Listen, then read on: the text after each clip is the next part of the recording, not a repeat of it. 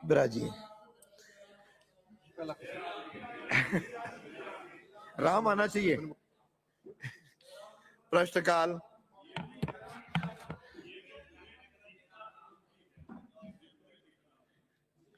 श्री विकास चौधरी। धन्यवाद अध्यक्ष महोदय। प्रश्न संख्या 155 155। माननीय मंत्री जी। माननीय अध्यक्ष जी, प्रश्न का खंड 1, किशनगढ़ शहरी क्षेत्र में यातायात व्यवस्था हेतु पुलिस जाब्ता तैनात किया जाकर यातायात व्यवस्था सुचारू रूप से करवाई जा रही है। थोड़ा तेज बोलो। यातायात के नियमों का उल्लंघन करने वाले वाहन चालकों के विरुद्ध मोटर वाहन अधिनियम के तहत चालान किया जाता है एवं जहां पर यातायात दबाव की समस्या रहती है वहां आवश्यकता अनुसार पुलिस जाब्ता लगाया जाकर यातायात सुचारू रूप से संचालन किया जा रहा है।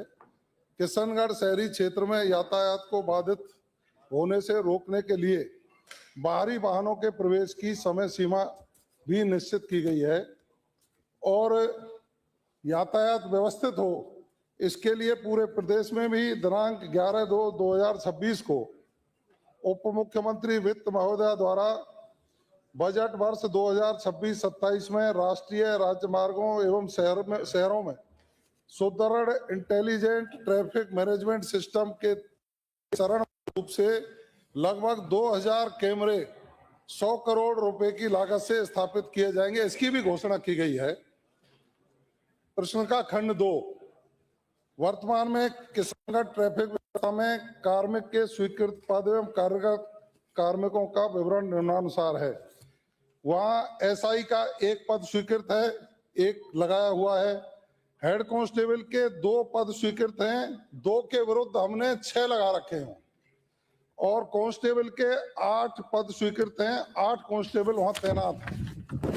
खंड 3, वर्तमान में किशनगढ़ शहर के ट्रैफिक व्यवस्था में स्वीकृत नफरी से अधिक 4 हेड कांस्टेबल और कांस्टेबल यातायात को सुचारू रूप से चलाने के लिए लगा रखे हैं, जैसे यातायात सुचारू रूप से चालू है। भविष्य में किशनगढ़ शहर में यातायात बाहर बढ़ने की संभावना के मद्देनजर नए पद स्वीकृत करने हेतु पुलिस मुख्यालय से प्राप्त प्रस्ताव होने पर क्षेत्र की जनसंख्या, यातायात व्यवस्था की स्थिति, वित्तीय संसाधनों तथा पुलिस नफरी की उपलब्धता के आधार पर विचार किया जाएगा। मेरा पहला पूरक प्रश्न माननीय मंत्री महोदय जी से, किशनगढ़ एशिया की सबसे बड़ी मार्बल मंडी है। यहाँ लाखों लोगों को रोजाना रोजगार मिलता है, बावजूद इसके मकराना चौराहे से रलावता तक दिन भर ट्रैफिक बना रहता है। मैं मंत्री महोदय से पूछना चाहता हूं, क्या सरकार उक्त समस्या से निजात देने बाबत कभी एवरेज वेटिंग टाइम और डायनेमिक ट्रैफिक डेंसिटी की गणना करवाई है? यदि हाँ तो कब, नहीं तो क्यों? माननीय मंत्री जी।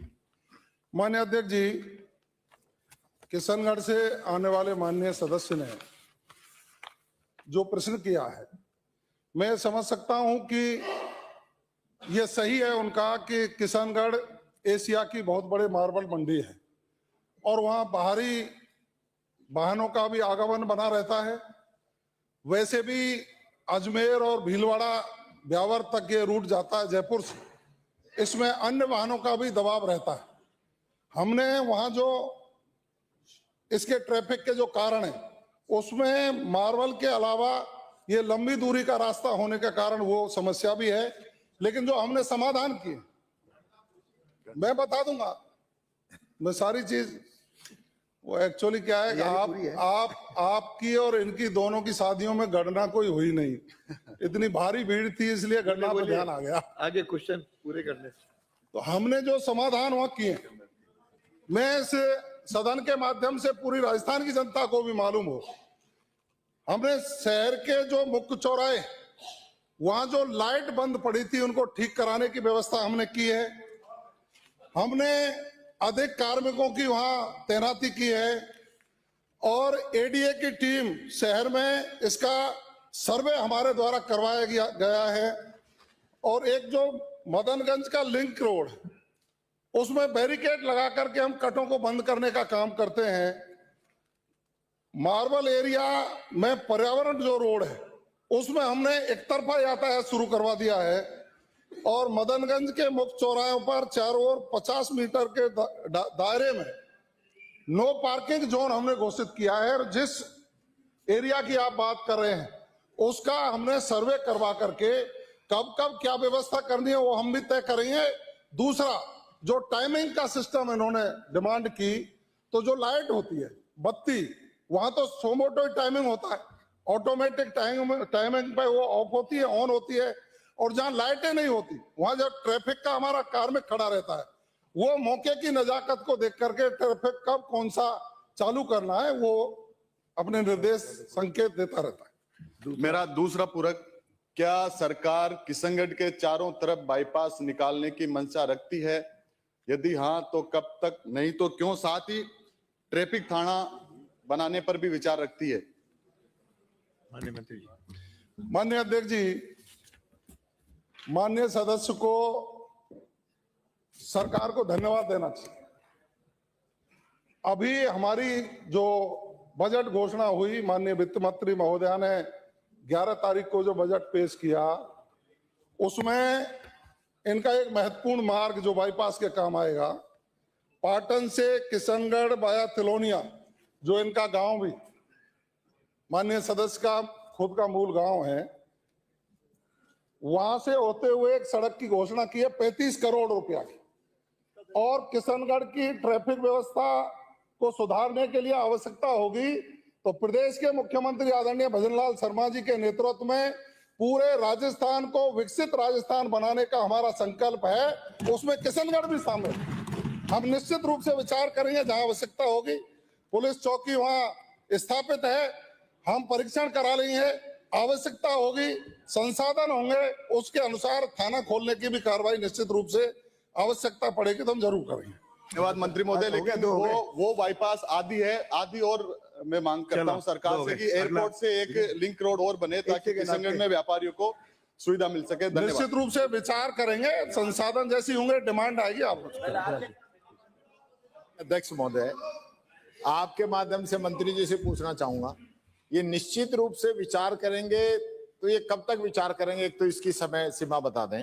आपने जाम की समस्या के लिए बताया कि हम 2000 कैमरे लगाएंगे चरणबद्ध रूप से, वो भी चरणबद्ध रूप से पूरे प्रदेश में, मंत्री जी ने बताया सर।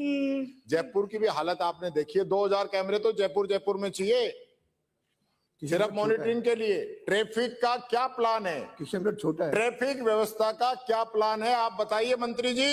ये कैमरों से काम नहीं चलने वाला, चारों तरफ जाम लग रहा है। प्रश्न पूछे। क्वेश्चन किशनगढ़ का ही है। माननीय अध्यक्ष जी, भले ही प्रश्न किशनगढ़ का है, लेकिन मुझे आप 1 मिनट ज्यादा दे दें। मैं माननीय नेता प्रतिपक्ष जी के चश्माओं को साफ करना चाहूंगा क्योंकि कल परसों काफी दर्द हो रही है। 2000 कम है, ये उत्तर दे दीजिए। जनता को वो चश्मे बंटवा दो जिससे कि जाम नजर नहीं आए, तो काम सही हो जाएगा। अरे अच्छे वाले चश्मे बंटवाएंगे तो दिख जाएगा। आपको ज्यादा आवश्यकता है, इसलिए मैं बताना चाहूंगा। चलिए।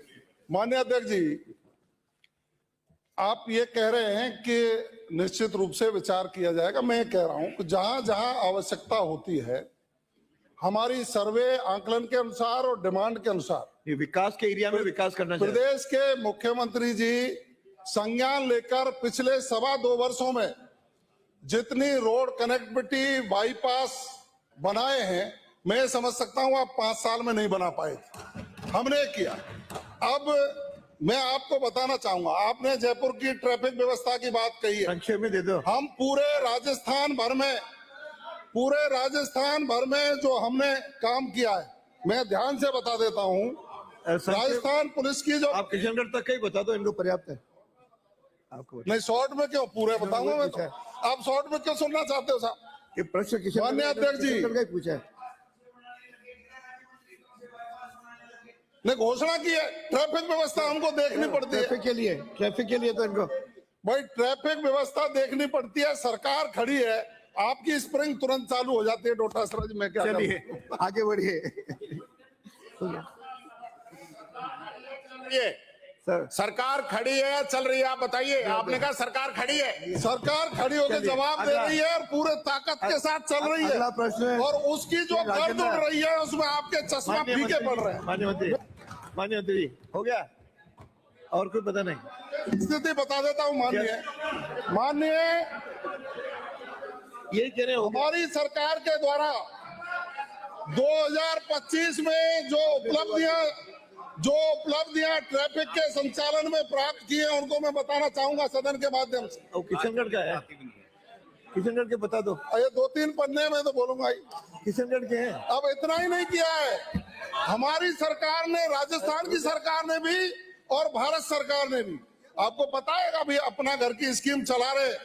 हम हाईवेज पर ड्राइवरों के लिए रेस्ट एरिया बना रहे हैं, उनको बेड लगा करके आरामदायक व्यवस्था भी करेंगे जिससे कहीं उनकी नींद के कारण कहीं एक्सीडेंट नहीं हो जाए। हमने हाईवे पर कैमरे लगाने शुरू किए। दूदू से किशनगढ़ में ही 10 कैमरे लगा दिए और हमने माननीय मंत्री जी 2 जगह पर स्पीड गेंट्री लगाई है जिनकी कंट्रोलिंग हमारे पास है।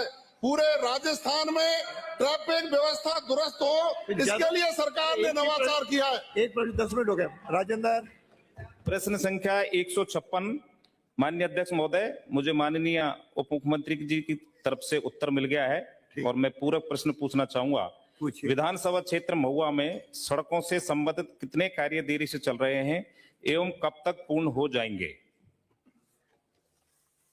माननीय मंत्री जी माननीय अध्यक्ष महोदय, मैं माननीय सदस्य को ये बताना चाहूंगी कि विधानसभा क्षेत्र महुआ में 22 कार्य देरी से चल रहे हैं जिनका कार्य दिनांक 30/6/2026 तक पूर्ण किया जाना संभावित है। मेरा दूसरा पूरक प्रश्न है, विधानसभा क्षेत्र महुआ में कितनी सड़कें पेचेबल की स्थिति में हैं एवं उनको कब तक विभाग सुधार कर दिया जाएगा? उन सभी सड़कों को कब तक बना दिया जाएगा? माननीय मंत्री जी माननीय अध्यक्ष महोदय, मैं आपके माध्यम से माननीय सदस्यों को बताना चाहूंगी कि महुआ में वर्तमान में 4 सड़कें पैचेबल स्थिति में हैं जिनका पैच रिपेयर कार्य अभी प्रगति पर है और जिसमें समय समय पर जब भी जरूरत होती है पैच रिपेयर किया जाता है जो भी सड़कें हैं। अतः उपरोक्त सड़कों का पैच रिपेयर भी समय समय पर किया जाता है और हम लोग अभी जो 4 सड़कें अभी पैच रिपेयर की स्थिति में हैं। अगला बहुत बहुत धन्यवाद। श्री रूपेंद्र सिंह कुन्नर। अध्यक्ष जी, प्रश्न संख्या 157। माननीय मंत्री जी माननीय अध्यक्ष महोदय, खंड 1 जी हाँ, बजट घोषणा वर्ष 2021-22 की अनुपालना में राज्य सरकार की स्वीकृति दिनांक 25/10/2021 के द्वारा सामुदायिक स्वास्थ्य केंद्र पदमपुर जिला श्रीगंगानगर को 30 से 50 शैय्याओं में वृद्धि की स्वीकृति जारी की गई थी। स्वीकृति की प्रति परिशिष्ट अ पर संलग्न है। बजट तत्समय आवंटित नहीं किया गया। वर्तमान में बजट आवंटन हेतु प्रयास किए जा रहे हैं।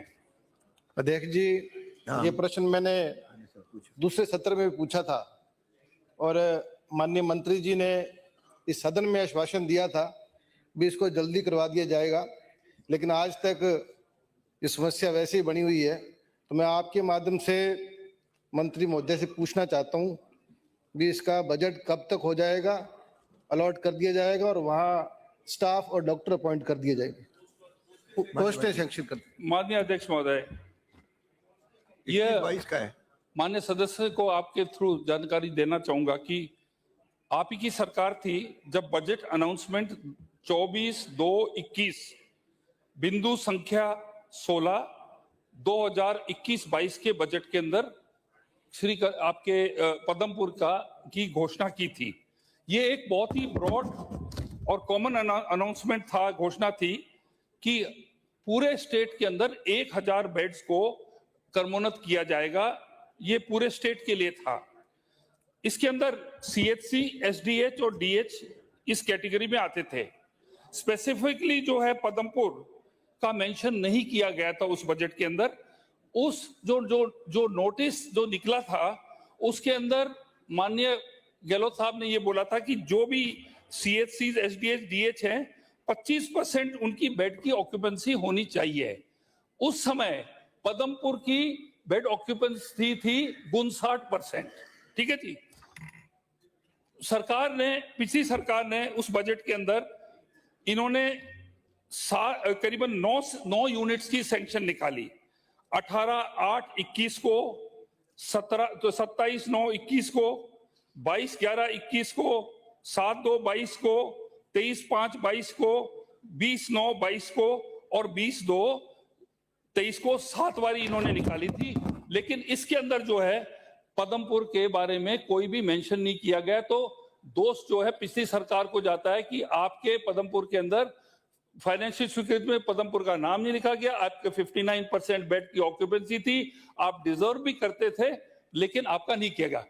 पिछले वर्ष माननीय सदस्य ने ये क्वेश्चन मेरे से फिर रेज किया था कि भाई हमारे फाइनेंशियल स्वीकृति हुई हुई है और उसके बावजूद हमारा क्यों नहीं बन रहा है। मैंने इसकी जांच कराई तो ये पाया गया कि वहां पर जगह नहीं है। उसके बावजूद मैंने निर्देश दिए वहां पर क्वार्टर्स को तोड़ने के लिए। क्वार्टर्स जो है वो हमने तोड़ दिए हैं।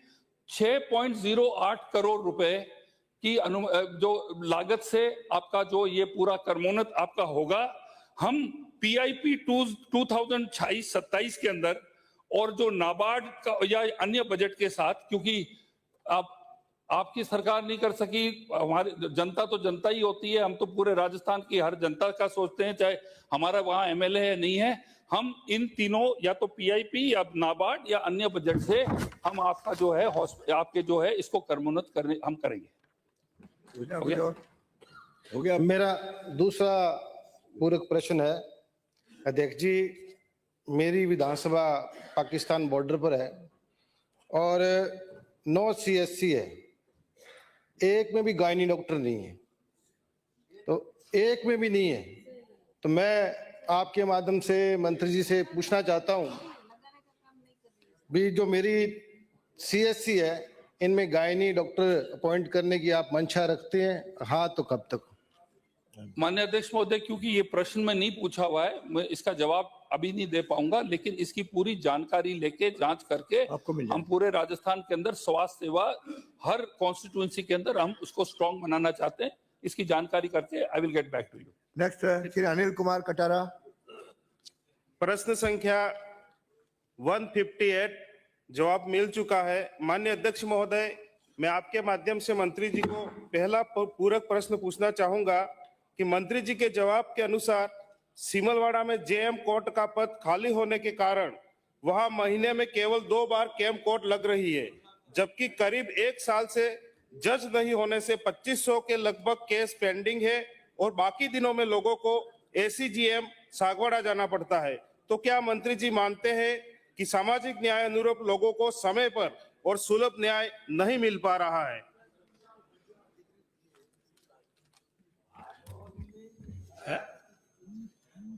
आप आते हो ना कलकत्ता, मैं यही रहूंगा 20 साल उसी सीट पे। आज हाईकोर्ट का बहाना नहीं है। शाम को माननीय अध्यक्ष महोदय, माननीय सदस्य का ये कहना है कि हमारे यहाँ मजिस्ट्रेट का पद खाली होने से नियरेस्ट जो मजिस्ट्रेट था उसको जुडिक्शन दिया गया है। क्योंकि ये हाईकोर्ट का क्षेत्राधिकार के अंदर आता है कौन सी कोर्ट का कौन सा जुडिक्शन देना, और उन्होंने दिया है। दूसरा, आपने कहा था कि हमारे यहाँ मुकदमे ज्यादा है, तो आपके क्षेत्र के जो मुकदमे हैं, जिस क्षेत्र में आप आते हो वहाँ मात्र 11 मुकदमे हैं उस क्षेत्र के, बाकी वाले दूसरे क्षेत्र के हैं। फिर भी हम हाईकोर्ट से रिक्वेस्ट करेंगे कि आपके यहाँ जज की पोस्टिंग की जावे ताकि लिटिगेंट्स को दूसरे क्षेत्र में नहीं जाना पड़े। हम पूरी कोशिश करेंगे कि आपके जज की पोस्टिंग हो जाए। धन्यवाद। मेरा दूसरा पूरक प्रश्न है कि राजस्थान उच्च न्यायालय से प्रस्ताव पारित होने के बावजूद विभाग द्वारा पैसे की कमी बताकर ACGM कोर्ट स्वीकृत नहीं की गई है, तो क्या मंत्री जी GM कोर्ट का खाली पद तुरंत भरा जाएगा या सिमलवाड़ा में ACGM कोर्ट स्वीकृत की जाएगी, अथवा क्या हर बार लोगों को न्याय के लिए राजस्थान उच्च न्यायालय से नया प्रस्ताव आने का इंतजार करना पड़ेगा? माननीय अध्यक्ष महोदय, इस प्रश्न में 3 प्रश्न समाहित है। पहला, ये बिना माननीय राजस्थान उच्च न्यायालय की एक हाई पावर कमेटी के अनुशंसा के बिना कोई भी कोर्ट सरकार नहीं खोल सकती, क्योंकि जज की पोस्टिंग, सारा स्टाफ, फाइलों का ट्रांसफर वो माननीय राजस्थान उच्च न्यायालय की अनुशंसा पे होता है। दूसरा ये कि हमारे सीजीएम सिविल जज सीनियर जुरिडिक्शन का आपका है, आपका प्रश्न कर्मोन्नत का है कि इसको कर्मोन्नत किया जावे, और कर्मोन्नत करने के नॉर्म्स में नहीं आ रहा है, क्योंकि जितने मुकदमे होने चाहिए उतने मुकदमे अभी है नहीं। फिर भी मैंने आपको कहा है, हम माननीय राजस्थान उच्च न्यायालय से रिक्वेस्ट करेंगे कि आपके यहाँ जो खाली पद है वो तुरंत भरा जावे, ताकि दूसरी जगह नहीं जाना पड़े। मुकदमे तो सिर्फ 11 ही है। धन्यवाद। अगला प्रश्न है रामनिवास। Question number 159। माननीय अध्यक्ष महोदय, मुझे आंसर मिल गया। मैं माननीय मंत्री जी से पूछना चाहूंगा कि जब बच्चा 4 वर्ष 1 महीने का होता है तो विभाग द्वारा उसको 5 वर्ष का राशन कार्ड में दिखाया जाता है, और 5 साल से पहले आधार कार्ड अपडेट नहीं होता, और उसी वजह से केवाईसी संभव नहीं हो पा रही। इस कारण पूरे परिवार का राशन कार्ड पर जो वितरण है वो बंद हो गया है। तो इस तरह के जो मामले हैं, मैंने पता किया कि लगभग हर राशन डीलर के पास 50-60 परिवार ऐसे हैं जो वंचित रह रहे हैं। उनके लिए सरकार क्या कर रही है उस डाटा को ठीक करने के लिए? दूसरा मेरा इसी में है कि जो अन्य स्टेट में या विदेश कोई रोजगार के लिए चला जाता है और उसका सदस्य विशेष की केवाईसी के नहीं होने की वजह से उस पूरे परिवार का राशन वितरण बंद होता है, तो उसके लिए सरकार क्या ठोस कदम उठा रही है? माननीय मंत्री जी। माननीय अध्यक्ष जी, मैं माननीय सदस्य को बताना चाहूंगा। पहला तो इनका प्रश्न है कि 4 वर्ष 1 दिन जैसे उनका केवाईसी के लिए 5 वर्ष के कम का, तब सबसे पहले तो मैं बताना चाहूंगा इतने साल तो कुछ हो ही नहीं रहा था, लोगों के नाम जुड़ ही नहीं रहे थे। ये अब नाम जुड़ने शुरू हुए, जिसमें 75 लाख नए नाम जुड़े, तब ये प्रश्न आपने पूछा। इसका उत्तर ये कि केवाईसी के लिए 5 साल के, हमने तो 10 साल तक उसको छूट दी हुई थी, पर केंद्र सरकार का आदेश आया है कि उसमें 5 वर्ष तक को छूट है, उससे जरूर है। पर फिर भी कई जगह जहाँ केवाईसी नहीं हो रही तो और उसके अंगूठे नहीं आ रहे, तो उसमें वो अपने डीलर को लिख के दे और उसको शिथिलता तुरंत प्रदान की जा रही है हमारे यहाँ से। इसमें राजस्थान में कोई भी व्यक्ति किसी कारण से जो लाभार्थी की पात्रता रखता है उसको वंचित नहीं किया जा रहा। और दूसरा प्रश्न आपका कि जो विदेशों में गए हैं, आप इसी चक्कर में तो इतने लोगों को जोड़ नहीं पाए। विदेश में बैठने वाले को हम गेहूं देंगे क्या? आप ये बताओ। तो विदेश में जो काम कर रहा है, जो कमा रहा है, उसको आप गेहूं देना चाहते हो? ये गरीब लोगों के लिए प्रधानमंत्री गरीब अन्न कल्याण योजना, जो विदेशों में जाके काम करते हैं उनके लिए योजना का लाभ नहीं है, और वो विदेश में बैठा वो गेहूं उठाना चाह रहा है। आप ये क्या चाहते हो इस बात का? इतने साल में आपने यही चाहा, तब भी इतने साल में नए लोग जुड़े नहीं। आप ऐसे लोगों को लाभ देते रहे जो सामर्थ्य लोग थे।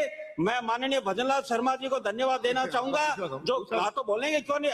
टीकाराम जी पहले उनका पहले जवाब। क्या भाषण है? क्या भाषण है इसमें? क्या भाषण है? नहीं, आप क्या भाषण है? नहीं, क्या माननीय अध्यक्ष जी, आप खड़े क्या हुए? अंकित नहीं, माननीय अध्यक्ष जी, आपका पूरा परिश्रम इसका बाकी है। माननीय अध्यक्ष महोदय, लीडर ऑफ अपोजिशन बैठे। माननीय अध्यक्ष जी, ये उनका प्रश्न पूछने का हक है। माननीय अध्यक्ष महोदय, दूसरा पूछो। बड़ा दुर्भाग्य माननीय अध्यक्ष है, जी, हिंडोली से आने वाले सदस्य कभी सदन में तो आते नहीं है। भाषण देने के लिए थोड़ी खड़े हुए हो। बेटा, सुनो तो सही। बात तो सुनो। मंत्री जी, माननीय अध्यक्ष महोदय, माननीय अध्यक्ष महोदय, बड़ा दुर्भाग्य है, आप उत्तर तो मंत्री पद पे खड़े होके आप इस तरह की भाषा का प्रयोग कर रहे हैं। कौन सा अमीर आदमी विदेश जा रहा है नौकरी करने के लिए, रोजगार करने के लिए? अन्य स्टेट में कौन जा रहा है? गरीब जा रहा है, गांव का किसान का बेटा जा रहा है, उसको राशन की वितरण की बात हो रही है। यहाँ आप कैसी बात कर रहे हो? यहाँ को सारे अडानी मानी है कि जो विदेश में जाएंगे मौज करने के लिए थोड़ी जा रहे हैं, अपने परिवार का पालन पोषण करने के लिए जा रहे हैं। प्रश्न पूछो। प्रश्न यही है, मेरा मूल प्रश्न का जवाब ही नहीं दिया इन्होंने। ये उन बच्चों का क्या करेंगे? ये कह रहे कि आपने तो दिया नहीं। आप हमारी सरकार पे पल्ला झाड़ने के बजाय उस पे जो जवाब है वो दे मुझे। प्रश्न पूछो। मेरा प्रश्न ये है कि जो 4 साल के बाद का जो बच्चा है उसको आपने 5 साल का मान लिया। अब मंत्री जी ने कह दिया आपने तो जोड़े ही नहीं, तो आपने जोड़ के कौन सी महारत हासिल कर ली? उनको गेहूं तो नहीं वितरण हो रहा ना, तो फिर आप किस बात की वाहवाही लूटने का काम कर रहे हो? ये बताओ कि वो 4 साल से 1 महीने का ऊपर का बच्चा जिसको आप 5 साल का मान रहे हो, और उस परिवार को गेहूं वितरण कैसे होगा, वो बताओ आप। माननीय मंत्री जी। देखिए, पहला प्रश्न तो ये, क्या विदेश में बैठे को गेहूं हम क्या पार्सल से भेजेंगे? जो बैठा गेहूं पार्सल में, एक बात है, वो बात यही है, परिवार का ही उत्तर दे रहा हूं, परिवार का ही उत्तर दे रहा हूं। क्या वो विदेश में बैठा आप यदि जो गेहूं के या रोड़ो करने को नहीं रोड़ो मैं ही कर सकूं हाकिम जी, सारे सब ज्यादा जुड़े बात का। आप विदेश में रहने वाला माननीय अध्यक्ष जी, कोई गरीब नहीं होगा जो मजदूरी करने जा रहा है। आप चाहे डाटा मंगा के देख लो कितना उसके विदेश में आंकड़ा राशि से आ रहा है। और दूसरा विषय ये, माननीय पर्वतसर से आने वाले परिवार भी होगा तो विदेश का हाँ, नाम कैसे जोड़ेंगे? हाँ, और दूसरा अध्यक्ष जी, ऐसा नहीं मैं बोल रहा हूँ, गरीब पूछ रहे हैं। दूसरे स्टेट में तो होगा क्या माननीय विदेश की अध्यक्ष जी, इन्होंने विदेश शब्द पकड़ लिया। माननीय अध्यक्ष महोदय, इन्होंने विदेश शब्द पकड़ लिया। इन्होंने दूसरे स्टेट में भी तो गया है, दूसरे स्टेट में भी तो गया है रोजगार के लिए, उसका बता दीजिए। सुनो माननीय अध्यक्ष जी, माननीय अध्यक्ष जी, ये क्या है? नहीं, माननीय अध्यक्ष जी, विपक्ष के साथियों को इस बात की खींच है कि भजनलाल शर्मा सरकार ने 75 लाख नए लाभार्थी राजस्थान में कैसे जोड़ दिए और आज 10 लाख लाभार्थी स्थान हमारे पास रिक्त हैं। अब इनका ये प्रश्न है कि दूसरे स्टेट में गए। माननीय मैं सदस्य को बताना चाहूंगा, युवा साथी हैं, पढ़कर आया करो। 1 स्टेट 1 राशन कार्ड है, पूरे भारत में कहीं भी राशन ले सकता है व्यक्ति, पूरे भारत में कहीं भी उसको सुविधा है। अगला प्रश्न है श्री बालाचार्य। सेंसिटिव विषय था, मंत्री जी ने इसको मजाक में उड़ा के पॉलिटिकल भाषण देके कर जो पॉलिटिकल नहीं। अरे आपके नहीं अध्यक्ष जी, आपके 5 साल में नए लाभार्थी एक भी नहीं जुड़े, लाखों की एप्लीकेशनें बाकी थी, 75 लाख हमने जोड़े। वो आपको मजाक लगता है? आपको 75 लाख गरीब लोग जुड़े, वो आपको मजाक लगता है? आपको नेता प्रतिपक्ष जी, ये गरीब लोग जुड़ने मजाक है आपको? बैठो, बोलना हमें भी आता है, बैठो। एक बार प्रश्न मंत्री जी बैठो, ज्यादा उतावले मत हो। ये स्कीम हम ही लाए, जो करोड़ों नाम जुड़ रहे हैं ना, वो कांग्रेस ने जोड़े हैं, समझ गए ना, जिसमें 75 लाख जोड़े। सबसे पहले तो मैं बता देता हूँ, और 75 लाख जोड़े हैं तो 75 लाख काटे भी आपने, कोई अपने पास से एक नाम नहीं जोड़ा है। दूसरी बात, माननीय अध्यक्ष जी, मेरा सिंपल सा माननीय सदस्य ने जो क्वेश्चन पूछा कि जो लोग मजदूरी के लिए, वो कोई राजी नहीं जा रहे, यहाँ 2 करोड़ रोजगार देने का जो वादा किया था ना, पूरा नहीं हुआ, इसलिए उन गरीबों को विदेश में जाना पड़ रहा है कमाने के लिए। माननीय सदस्य ने पूछा कि जिन लोगों के परिवार के सदस्य विदेश में कमाने के लिए गए, मजदूरी करने, न कि बिजनेस करने, उनके परिवार के और लोगों की भी केवाईसी नहीं होती, उनका खाद्य सुरक्षा में अन्न जो है बंद हो जाता है। माननीय सदस्य ने सिंपल सी बात पूछी है कि उस परिवार को आप देना चाहते हो कि नहीं देना चाहते, इतनी सी बात, इसका जवाब दे दो। और आपने अगर नहीं देना तो आप बता दो, विदेश में जाने वालों का हम एक का भी नहीं दे रहे, सबका काट दिए, वो भी बता दो। ये तो मजदूरों का है। माननीय मंत्री। वैसे माननीय अध्यक्ष जी, पहली बात तो जो माननीय नेता प्रतिपक्ष ने कई कि स्कीम हम लेकर आए, ये बात सही है, कई स्कीमें आप लाते हो पर उसका क्रियान्वयन कभी आप कर नहीं पाते। क्रियान्वयन के लिए भारतीय जनता पार्टी ही करती है, ये भी एक हकीकत है। हाँ तो सुन लो बात, आपने प्रश्न पूछा, आप एक बात, अरे बैठे बोलना क्या? मैं अध्यक्ष जी और आज ही बोलना शुरू अध्यक्ष जी, बैठे माननीय अध्यक्ष जी, अनुमति हो बोलना आप। माननीय अध्यक्ष जी, शब्द किसके थे कि स्कीम हम लेकर आए? नेता प्रतिपक्ष के, उनका ही जवाब दे रहा हूँ, कोई लाइन से बाहर तो दिया नहीं। आपने जो प्रश्न पूछा उसी का जवाब दिया। अब ये हिंडोली से आने वाला आपका प्रश्न आएगा, पूछ लेना अभी थोड़ी देर बाद। आपका आप सदन में आते तो नहीं, कभी कभी आते हो तो आवेश में आते हो, युवा दिखाने प्रश्न का होता आएगा। हाँ तो आएगा, देंगे, क्यों डर रहे हो फिर बात का? और माननीय अध्यक्ष जी, इन्होंने कहा स्कीम लाए, 4 करोड़ 46 लाख की सीलिंग है। सीलिंग में ये तो भूतपूर्व का, हाँ तो बोल रहे हैं ना इनका, हाँ तो उत्तर तो सुन लो, आप ही उत्तर दे दो। अरे उत्तर तो सुन लो। अरे आप क्या बोल रहे हो? उनको अनाज देंगे कि नहीं देंगे उसके परिवार के लोगों को, सीधा सा सिंपल। माननीय को अनुमति दी, माननीय अध्यक्ष जी, सदस्यों को खाद्य सुरक्षा में बिल्कुल दे रहे हैं, अनाज मिलेगा कि नहीं मिलेगा? बिल्कुल मैं दे रहा हूँ। माननीय अध्यक्ष जी, हमारे पास 2025 का पोर्टल लगातार चालू है। माननीय मुख्यमंत्री जी द्वारा 26 जनवरी 2025 से पोर्टल लगातार चालू है।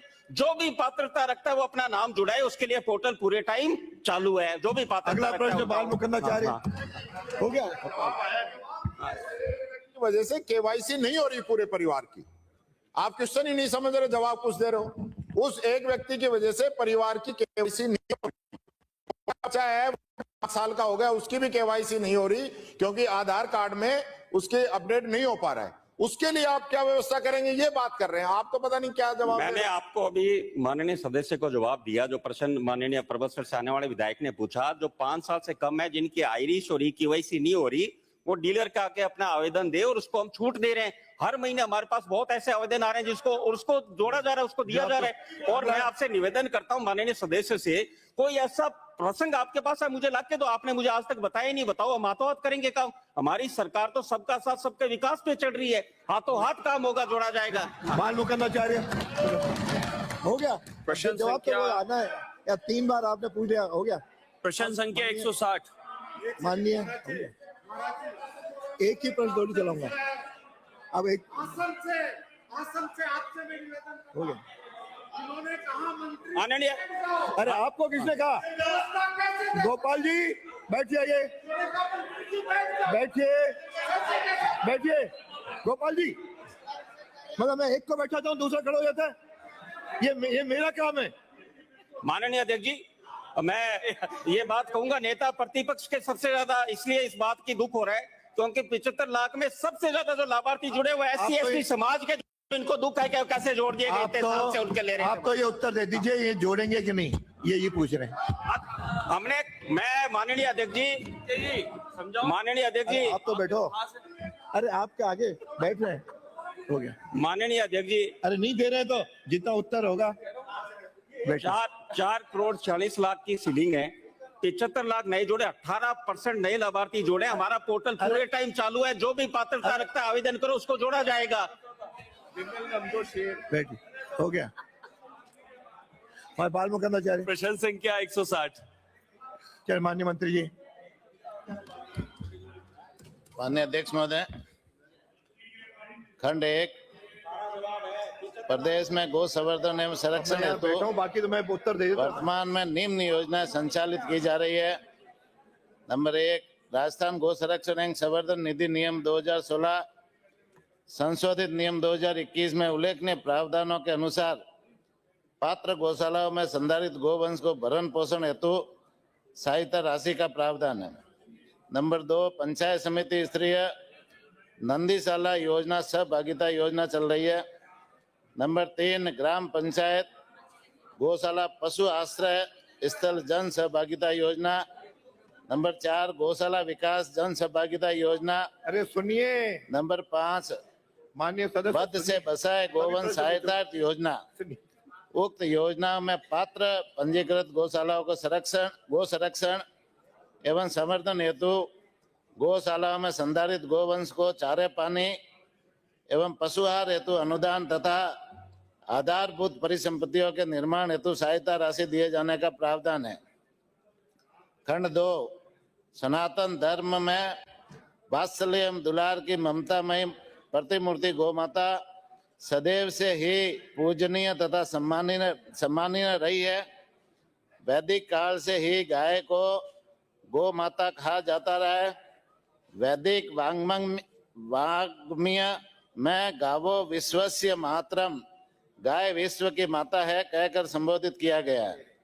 खंड 3, जी हाँ, राजस्थान गो संरक्षण एवं संवर्धन निधि 2016 संशोधित 2021 अंतर्गत पात्र गौशालाओं को संधारित गोवंश को चारा पानी एवं पशुआहार हेतु सहायता राशि तथा आधारभूत परिसंपत्तियों के निर्माण हेतु अनुदान दिए जाने का प्रावधान है। माननीय सदस्य। अध्यक्ष महोदय, राजस्थान की पहचान, संस्कृति एवं आस्था का केंद्र गोमाता है। अतः प्रदेश की जनता आज ये जानना चाहती है कि सरकार केवल भावना व्यक्त कर रही है, साथ में गोमाता का संरक्षण हेतु निर्णय भी ले रही है। लेकिन मेरा निवेदन अध्यक्ष महोदय आपके माध्यम से मंत्री महोदय द्वारा दिया गया उत्तर प्राप्त हुआ, किंतु उस उत्तर से थोड़ा सा असंतुष्ट हूं, क्योंकि प्रश्न का स्पष्ट तथ्यात्मक उत्तर देने के स्थान पर कुछ इधर उधर भी है।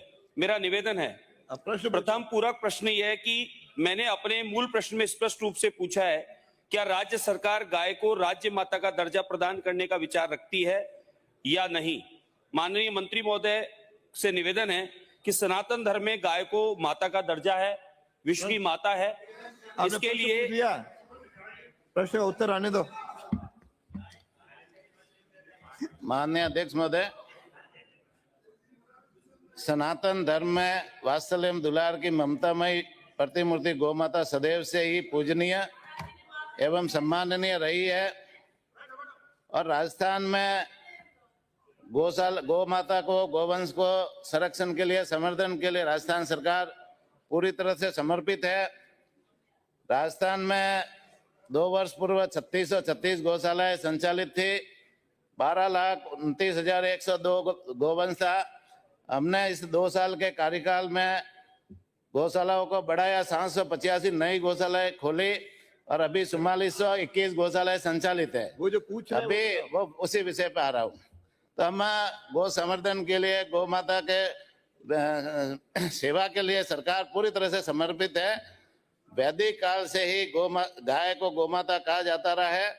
वैदिक काल में वाग्मय में गावो विश्वस्य मातरम, यानी गाय विश्व की माता है कहकर संबोधित किया गया है और गाय को माता मानते हुए हम सभी लोग उसकी सेवा भी करते हैं, संरक्षण भी करते हैं, उनके सेवा के लिए काम भी करते हैं। इनका प्रश्न है कि गाय को राज्य माता का दर्जा देने का सरकार विचार रखती है। वर्तमान में फिलहाल ऐसा कोई प्रस्ताव विभाग में विचाराधीन नहीं है। माननीय अध्यक्ष महोदय, अभी मेरा उनका माननीय अधिकार अध्यक्ष महोदय, प्रश्न काल में अगले को तो पूरक और इनको पूछना है, हर मामले में बोलना है। धार्मिक मान्यता नहीं बल्कि सरकारी नीति एवं विविध दर्जे के संबंध में प्रश्न कर रहा हूं। अतः मेरा स्पष्ट प्रश्न यह है, सरकार महाराष्ट्र एवं छत्तीसगढ़ जैसे राज्यों में देशी गाय को राज्य माता का दर्जा प्रदान संबंधी निर्णय ले चुकी है, घोषणा की जा चुकी है। गोरक्षण एवं सनातन धर्म संस्कृति की दृष्टि से अग्रणी प्रदेश होने के बावजूद राजस्थान में अब तक ऐसा निर्णय क्यों नहीं लिया गया? अब सरकार कब तक निर्णय लेने में विचार रखती है?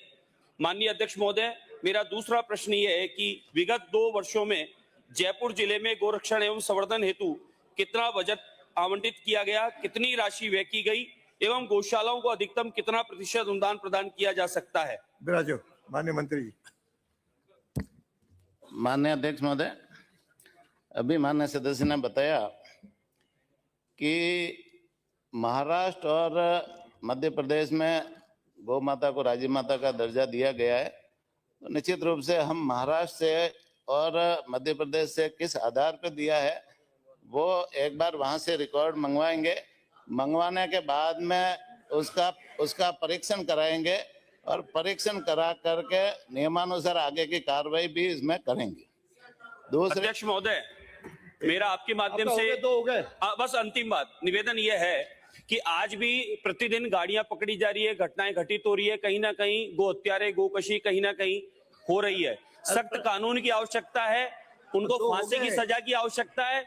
और जिस प्रकार से घटनाएं आज भी सामने आती है, शिवरात्रि के दिन भी, नहीं तो फिर मुझे शिवरात्रि के दिन भी जयपुर के समीप एक गाड़ी पकड़ी गई थी और 6 नंदी उसके अंदर गाड़ी में पकड़े गए थे। तो कड़क कानून की आवश्यकता है ताकि इसका पालन हो सके और गौ हत्या बच सके। भारतीय देसी नस्ल की गौ माता, हमारी विश्व माता जो है, उसको बचा पाए। आपको कुछ कहना है? माननीय अध्यक्ष महोदय, माननीय सदस्य को बताना चाहूंगा कि राजस्थान में गोवध कानून बना हुआ है और उसी के तहत जहां पर भी गौ माता के विरुद्ध में कई अत्याचार होता है, अन्याय होता है, नियमों के अनुसार सरकार उसमें त्वरित कार्रवाई करती है, पुलिस में मुकदमे भी दर्ज करवाती है, उनके विरुद्ध सख्त कार्रवाई भी करती है और उसी नियमों को आगे बढ़ाते हुए इसमें आगे भी जहां जहां ऐसी कोई घटना होगी तो उसमें सख्त कार्रवाई करेंगे। अध्यक्ष महोदय, बहुत गंभीर विषय है। माननीय सदस्य ने भी कहा कि वो जवाब से भी संतुष्ट नहीं है और सरकार ये भी स्पष्ट नहीं कर पा रही है कि गाय को गोमाता का दर्जा देगी कि नहीं देगी।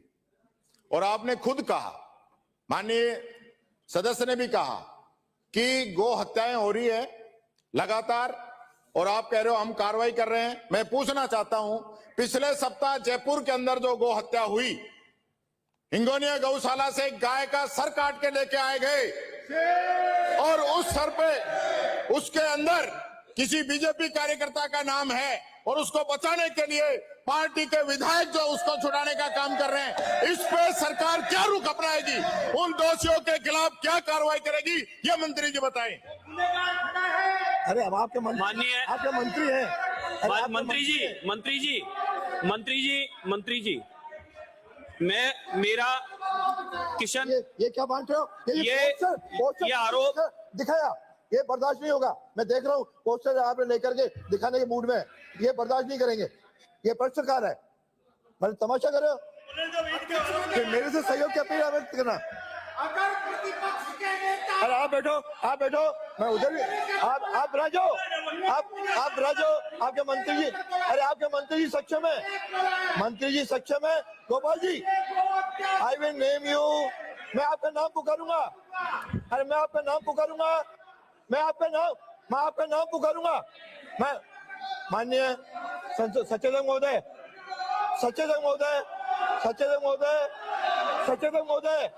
उसका बैठो, ठीक है। नो, ये पहले से तैयारी थी, अरे पहले से तैयारी करके लाओ। नो, ये बर्दाश्त नहीं।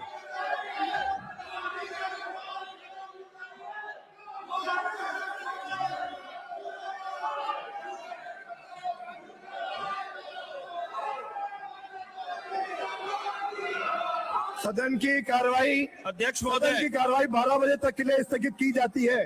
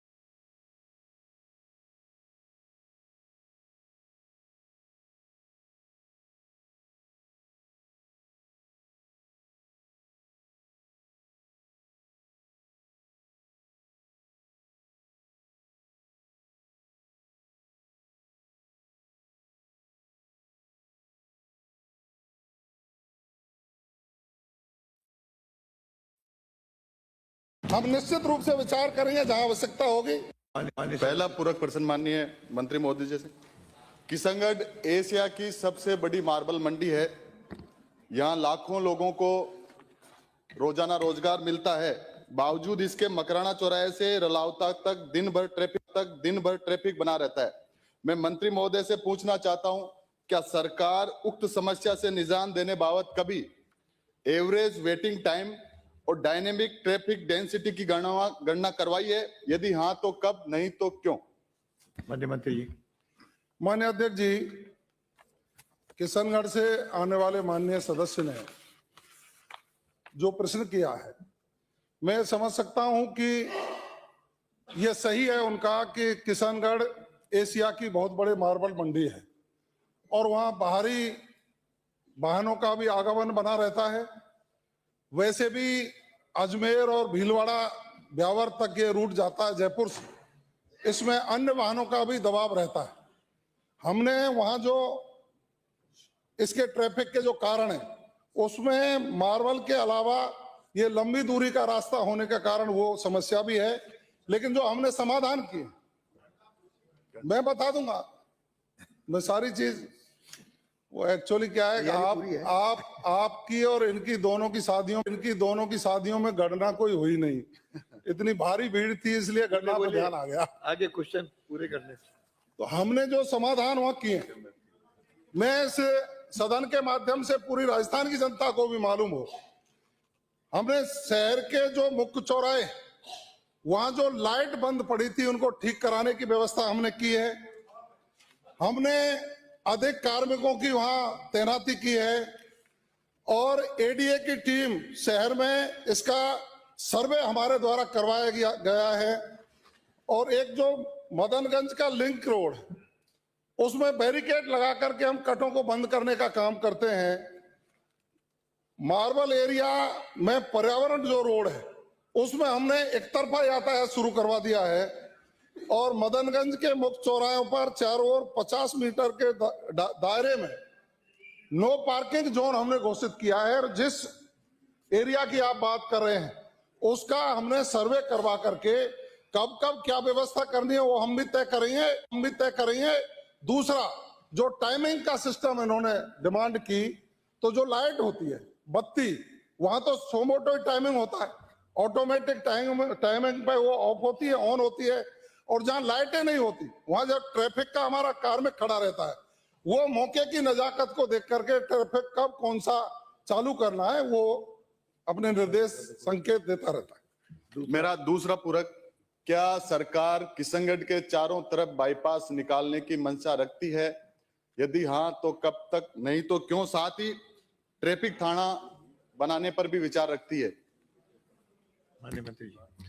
माननीय अध्यक्ष जी, माननीय सदस्य को सरकार को धन्यवाद देना चाहिए। अभी हमारी जो बजट घोषणा हुई, माननीय वित्त मंत्री महोदया ने 11 तारीख को जो बजट पेश किया, उसमें इनका एक महत्वपूर्ण मार्ग जो बाईपास के काम आएगा, पाटन से किशनगढ़ वाया तिलोनिया, जो इनका गांव भी माननीय सदस्य का खुद का मूल गांव है, वहां से होते हुए एक सड़क की घोषणा की है 35 करोड़ रुपया की। और किशनगढ़ की ट्रैफिक व्यवस्था को सुधारने के लिए आवश्यकता होगी तो प्रदेश के मुख्यमंत्री आदरणीय भजनलाल शर्मा जी के नेतृत्व में पूरे राजस्थान को विकसित राजस्थान बनाने का हमारा संकल्प है, उसमें किशनगढ़ भी शामिल। हम निश्चित रूप से विचार करेंगे, जहां आवश्यकता होगी पुलिस चौकी वहां स्थापित है, हम परीक्षण करा लेंगे, आवश्यकता होगी संसाधन होंगे उसके अनुसार थाना खोलने की भी कार्रवाई निश्चित रूप से आवश्यकता पड़ेगी तो हम जरूर करेंगे। धन्यवाद मंत्री महोदय। लेकिन वो बाईपास आदि और मैं मांग करता हूं सरकार से कि एयरपोर्ट से एक लिंक रोड और बने ताकि किशनगढ़ में व्यापारियों को सुविधा मिल सके। निश्चित रूप से विचार करेंगे, संसाधन जैसी होंगे डिमांड आएगी आपको। अध्यक्ष महोदय, आपके माध्यम से मंत्री जी से पूछना चाहूंगा, ये निश्चित रूप से विचार करेंगे तो ये कब तक विचार करेंगे? एक तो इसकी समय सीमा बता दें। आपने जाम की समस्या के लिए बताया कि हम 2000 कैमरे लगाएंगे चरणबद्ध रूप से, वो भी चरणबद्ध रूप से पूरे प्रदेश में। मंत्री जी ने बताया सर, जयपुर की भी हालत आपने देखी है, 2000 कैमरे तो जयपुर में चाहिए सिर्फ मॉनिटरिंग के लिए। ट्रैफिक का क्या प्लान है? किशनगढ़ छोटा है। ट्रैफिक व्यवस्था का क्या प्लान है आप बताइए मंत्री जी। ये कैमरों से काम नहीं चलने वाला, चारों तरफ जाम लग रहा है। प्रश्न पूछे। क्वेश्चन किशनगढ़ का ही है। माननीय अध्यक्ष जी, भले ही प्रश्न किशनगढ़ का है लेकिन मुझे आप 1 मिनट ज्यादा दे दें। मैं माननीय नेता प्रतिपक्ष जी के चश्माओं को साफ करना चाहूंगा क्योंकि कल परसों काफी दर्द हो रही है। 2000 कम है, ये उत्तर दे दीजिए। जनता को वो चश्मे बंटवा दो जिससे कि जाम नजर नहीं आए, तो काम सही हो जाएगा। अच्छे वाले चश्मे बंटवाएंगे तो दिख जाएगा। आपको ज्यादा आवश्यकता है इसलिए मैं बताना चाहूंगा।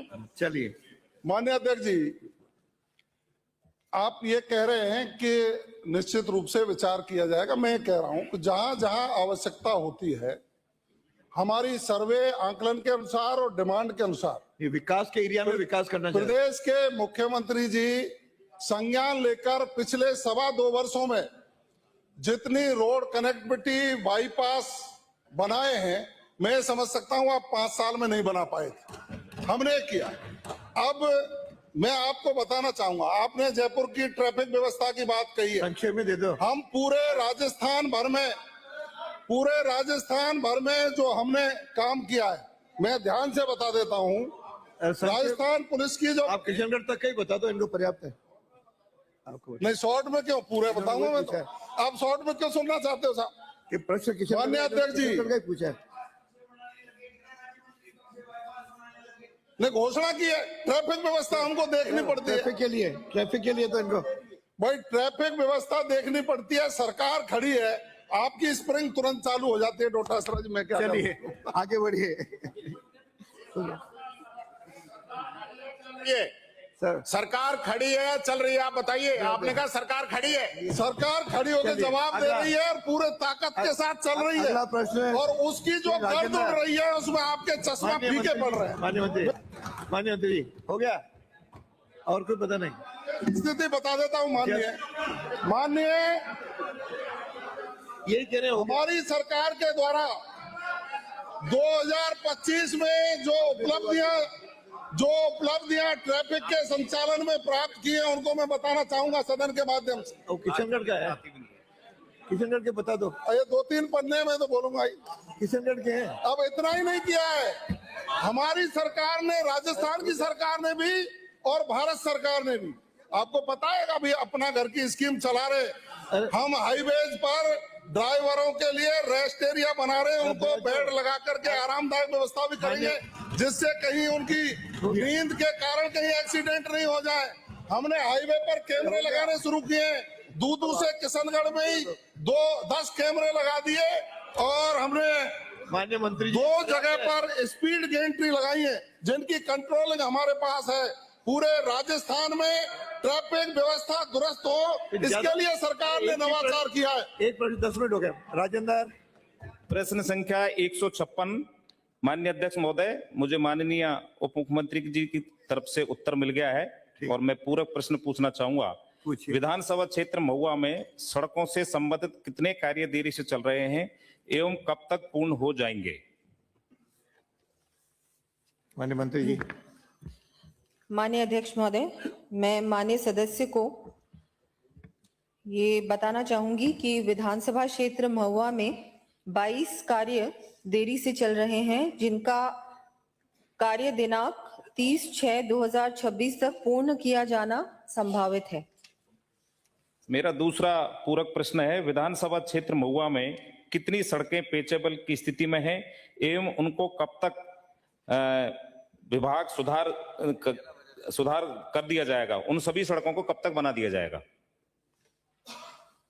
माननीय मंत्री जी। माननीय अध्यक्ष महोदय, मैं आपके माध्यम से माननीय सदस्यों को बताना चाहूंगी कि महुआ में वर्तमान में 4 सड़कें पैचेबल स्थिति में हैं, जिनका पैच रिपेयर कार्य अभी प्रगति पर है और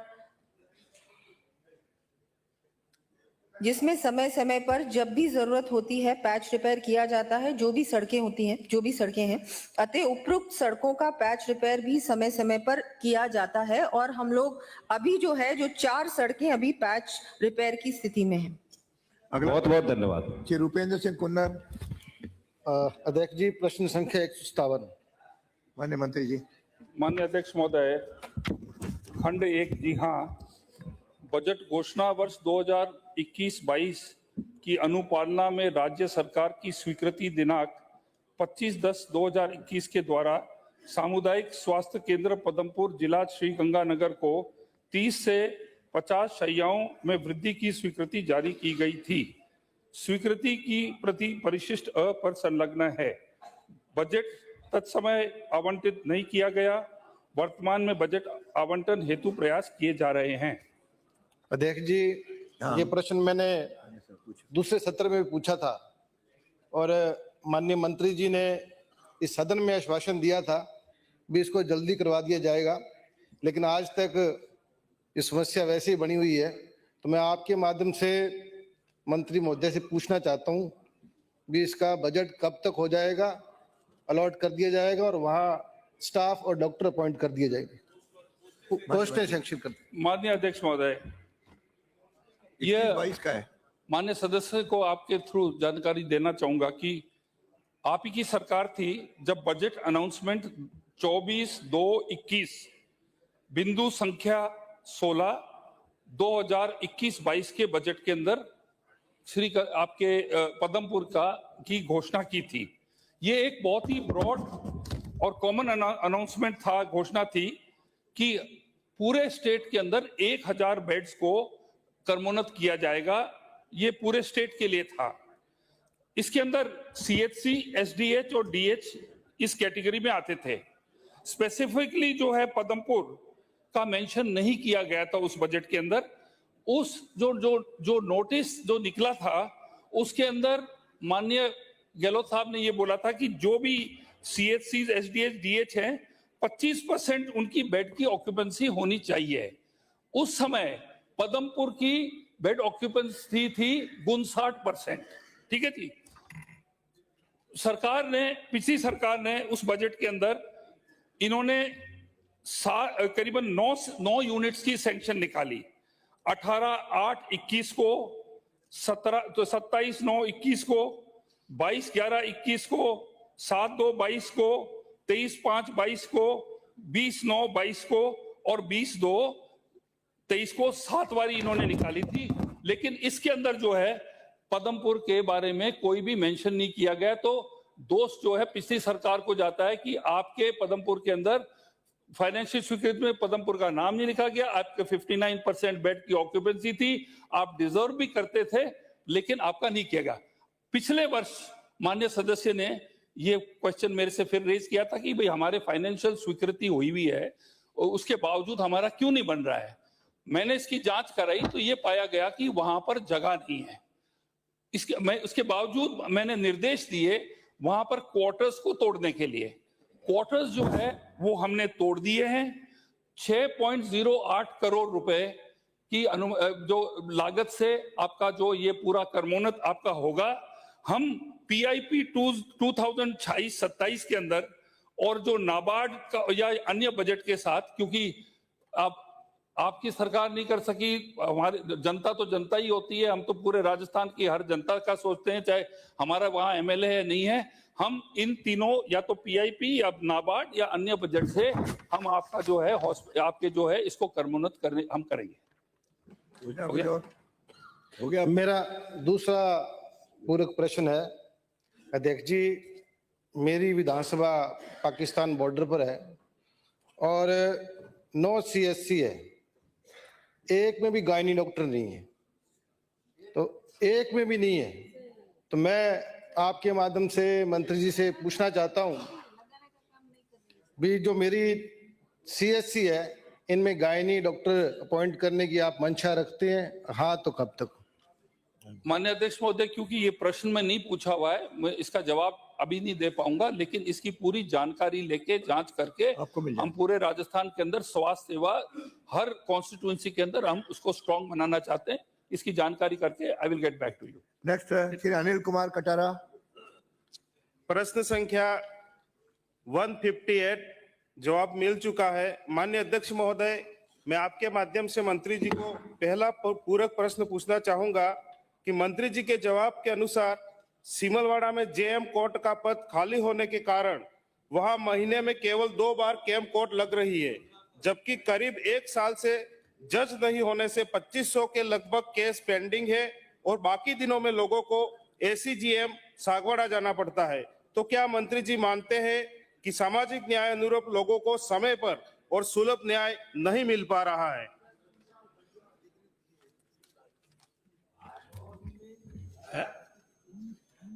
आप आते हो ना, कल कहा था ना मैं यही रहूंगा 20 साल उसी सीट पे।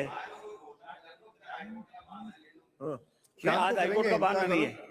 शाम को माननीय अध्यक्ष महोदय, माननीय सदस्य का ये कहना है कि हमारे यहाँ मजिस्ट्रेट का पद खाली होने से नियरेस्ट जो मजिस्ट्रेट था उसको जुडिक्शन दिया गया है।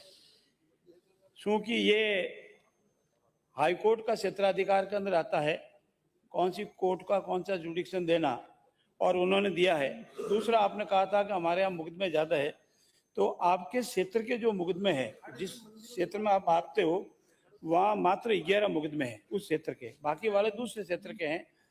फिर भी हम हाईकोर्ट से रिक्वेस्ट करेंगे कि आपके यहाँ जज की पोस्टिंग की जावे ताकि लिटिगेंट्स को दूसरे क्षेत्र में नहीं जाना पड़े। हम पूरी कोशिश करेंगे कि आपके जज की पोस्टिंग हो जाए। धन्यवाद। मेरा दूसरा पूरक प्रश्न है कि राजस्थान उच्च न्यायालय से प्रस्ताव पारित होने के बावजूद विभाग द्वारा पैसे की कमी बताकर एसीजीएम कोर्ट स्वीकृत नहीं की गई है, तो क्या मंत्री जी जीएम कोर्ट का खाली पद तुरंत भरा जाएगा या सिमलवाड़ा में एसीजीएम कोर्ट स्वीकृत की जाएगी, अथवा क्या हर बार लोगों को न्याय के लिए राजस्थान उच्च न्यायालय से नया प्रस्ताव आने का इंतजार करना पड़ेगा? माननीय अध्यक्ष महोदय, इस प्रश्न में 3 प्रश्न समाहित है। पहला, ये बिना माननीय राजस्थान उच्च न्यायालय की एक हाई पावर कमेटी के अनुशंसा के बिना कोई भी कोर्ट सरकार नहीं खोल सकती, क्योंकि जज की पोस्टिंग, सारा स्टाफ, फाइलों का ट्रांसफर वो माननीय राजस्थान उच्च न्यायालय की अनुशंसा पे होता है। दूसरा ये कि हमारे एसीजीएम सिविल जज सीनियर जुडिक्शन का आपका है, आपका प्रश्न कर्मोन्नत का है कि इसको कर्मोन्नत किया जावे, और कर्मोन्नत करने के नॉर्म्स में नहीं आ रहा है, क्योंकि जितने मुकदमे होने चाहिए उतने मुकदमे अभी है नहीं। फिर भी मैंने आपको कहा है, हम माननीय राजस्थान उच्च न्यायालय से रिक्वेस्ट करेंगे कि आपके यहाँ जो खाली पद है वो तुरंत भरा जावे ताकि दूसरी जगह नहीं जाना पड़े। मुकदमे तो सिर्फ 11 ही है। धन्यवाद।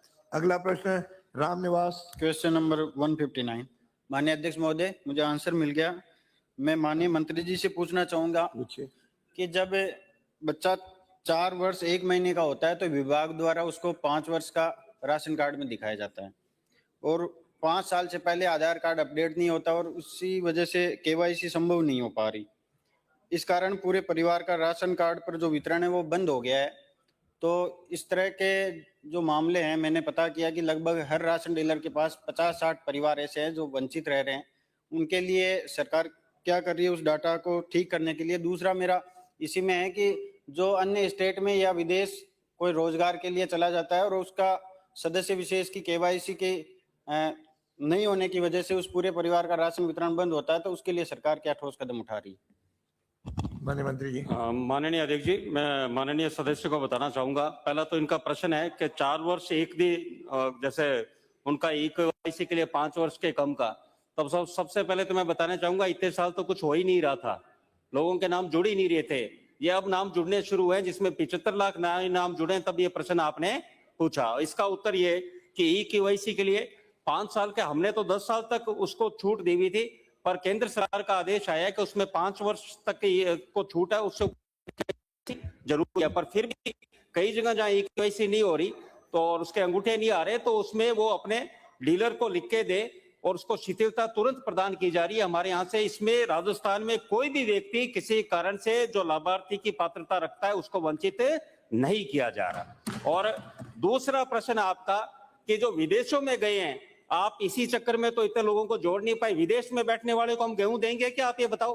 तो विदेश में जो काम कर रहा है, जो कमा रहा है, उसको आप गेहूं देना चाहते हो? ये गरीब लोगों के लिए प्रधानमंत्री गरीब अन्न कल्याण योजना, जो विदेशों में जाके काम करते हैं उनके लिए योजना का लाभ नहीं है, और वो विदेश में बैठा वो गेहूं उठाना चाह रहा है। आप ये क्या चाहते हो इस बात का? इतने साल में आपने यही चाहा, तब भी इतने साल में नए लोग जुड़े नहीं। आप ऐसे लोगों को लाभ देते रहे जो सामर्थ्य लोग थे। मैं माननीय भजनलाल शर्मा जी को धन्यवाद देना चाहूंगा, जो तो बोलेंगे क्यों नहीं?